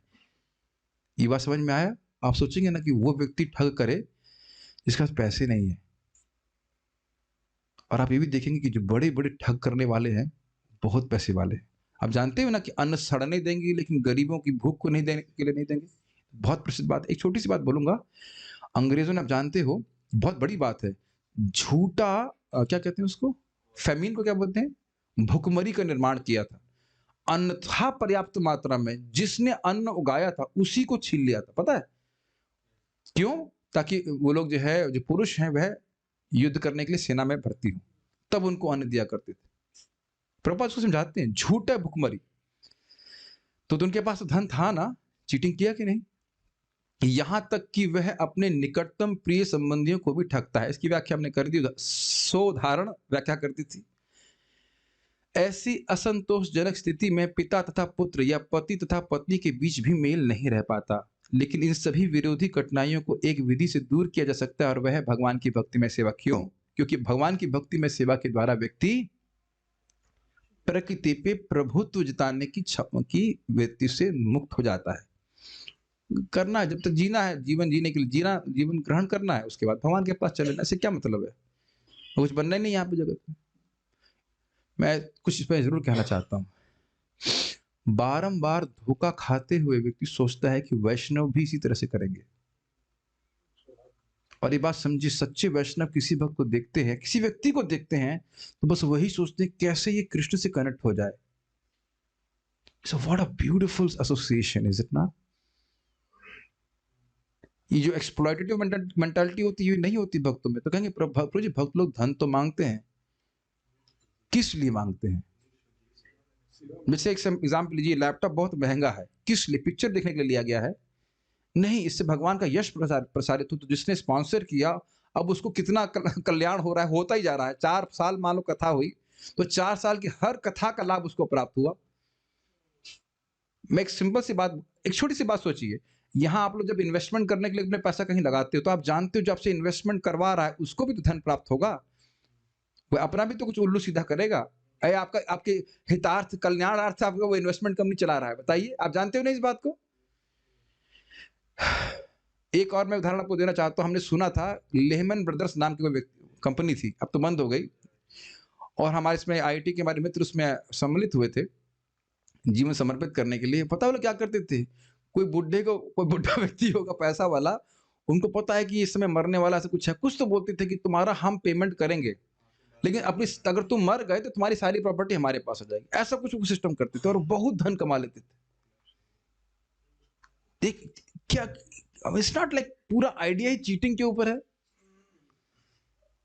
मैं तो कभी सोच भी नहीं सकता इस तरह से आइडिया लोग किसी के आ सकते हैं बिजनेस करने के। See how this is there, कोई तरीका है बताइए? लेकिन इन सभी विरोधी कठिनाइयों को एक विधि से दूर किया जा सकता है, और वह भगवान की भक्ति में सेवा। पाखंडमय भगवान संसार को भगवान की भक्ति में सेवा की प्रतिक्रिया द्वारा ही रोका जा सकता है, अन्य किसी विधि से नहीं। एक प्रकार का एक ये कोविड फैल रहा है, वायरस फैला हुआ है। कौन सा वायरस? प्रकृति पे प्रभुत्व जताने का वायरस। तो उसका एकमात्र वैक्सीन क्या है? हरे कृष्णा कृष्णा कृष्णा हरे हरे, हरे राम राम राम हरे हरे। धोखा देने की प्रवृत्ति भागवत हरि नाम से नष्ट होती है।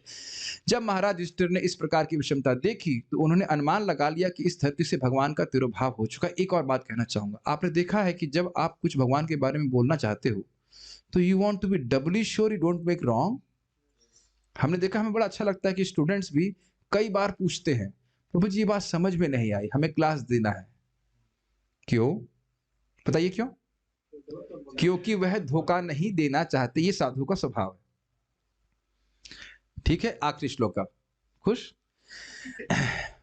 निमित्तानि अत्यरिष्ठानि तानि अत्यरिष्टानि काले तु अनुगते नृणाम् काले त्वनुगते नृणाम् लोभादि धर्म प्रकृतिम लोभादिधर्म प्रकृतिं दृष्टो वाचानुजम नृपः। दृष्ट्वो वाचानुजं नृपः। काल क्रम में ऐसा हुआ कि लोग लोभ, क्रोध, गर्व इत्यादि के अभ्यस्त हो गए।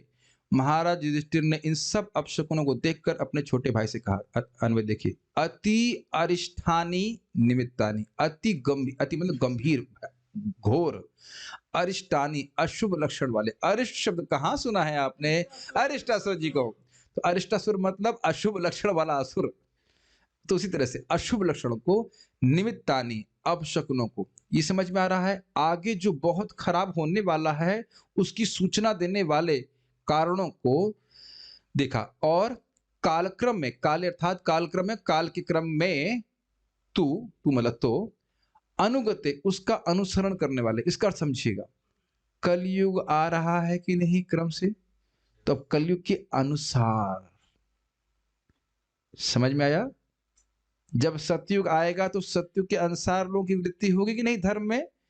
तो ये कह रहे हैं काले तू अनुगते नृणाम, काल कर्म में कली आ रहा है तो अब उन्हीं की, उसी का दासत्व करते हुए उसी के अनुसार नृणाम अर्थात मानव जाति की लोभ आदि, यानी कि काम, क्रोध, लोभ आदि की अधर्म प्रकृति, अधर्म की आदतों को, स्वभाव को दृष्टवा देखकर नृपः राजा, कौन से राजा? युधिष्ठिर ने अनुजम अर्थात अपने भाई, छोटे भाई से कहा। अब आप समझ रहे हैं कि दृष्टवा शब्द पिछले अन्वय में कैसे आ रहा है? इसी से आ रहा है। ये दृष्टवा शब्द इन वस्तु में भी इन चीजों में लगेगा और अन्य सभी में आपको दृष्टवा लगाना पड़ेगा। तो माय डियर एडिटर, आपको समझ में आ गया दृष्टवा कैसे लग रहा है? I was not cheating with अन्वय, ठीक है। निमित्तानि अति अरिष्टानि, उन कारणों को देखा जो अति भयानक अशुभों के लक्षणों को प्रस्तुत कर रहे थे। काले तु अनुगते नृणाम, देखा कि काल के गति, काल के क्रम की अनुगत्य स्वीकार कर रहे थे। अनुगत समझते हैं, जैसे गुरु जी हैं वैसे उनके अनुगत्य में हम। तो कली के चेले बन रहे हैं लोग, इंसानों में उनका अनुगत्य हुआ काल के प्रभाव से। क्या हो गया? लोभ आदि, लोभ के उपलक्षण से, लोभ, काम, क्रोध आदि सभी की अधर्म प्रकृति, आदि दिख रहा है आपको, लोभ आदि अधर्म प्रकृति, लोगों का स्वभाव ही अधर्म में हो गया। इसको दृष्टवा, उसको देख करके राजा युधिष्ठिर महाराज ने अपने अनुज भीम से कहा। नृपः, नृपः शब्द हम छूट गया लग रहा है उसमें ना, तो वहां राजा था क्या? अच्छा नहीं, सॉरी, हाँ राजा नहीं था। दृष्टो वाचा अनुजम नृपः, नृपः मतलब राजा युधिष्ठिर ने अनुजन अपने भाई को कहा, भाई मतलब भीम को कहा। बस हो गया। तात्पर्य, जब समाज में लोभ, क्रोध, अधर्म तथा दंभ जैसे अमानवीय लक्षणों का प्राधान्य हो उठा तो महाराज युधिष्ठिर जैसे धर्मात्मा राजा अत्यंत शुद्ध हो उठे। अगर हम इसको थोड़ा सा चेंज करें पद को, जब समाज में अच्छी वृत्तियों का प्राधान्य हो गया तो आज के कलयुग के राजा बड़े शुद्ध हो गए कि भाई लोग मीट क्यों नहीं खा रहे हैं, शराब क्यों नहीं पी रहे हैं, चिंता हो गई, इसीलिए हाँ बीमार हो जाएंगे, जिएंगे कैसे? ये आप मजाक मत सोचिएगा। हमारे एक महाराज जी थे, कविचंद्र महाराज जी, अभी भी हैं। तो जब वो मांस छोड़ दिए तो उनके माता पिता को चिंता हुई, डॉक्टर के पास भेजे। डॉक्टर कहता है may be you can live, शायद तुम जिंदा बच जाओ। सी, या आजकल के डॉक्टर भी बोलते हैं ब्रह्मचर्य तोड़ने से तो कोई शरीर में कठिनाई नहीं होगी। कौन कॉमन है? ये सब तो सब मान्यता से भ्रांति है, ब्रह्मचर्य वगैरह से पालन करने से कुछ नहीं, पागल हैं लोग।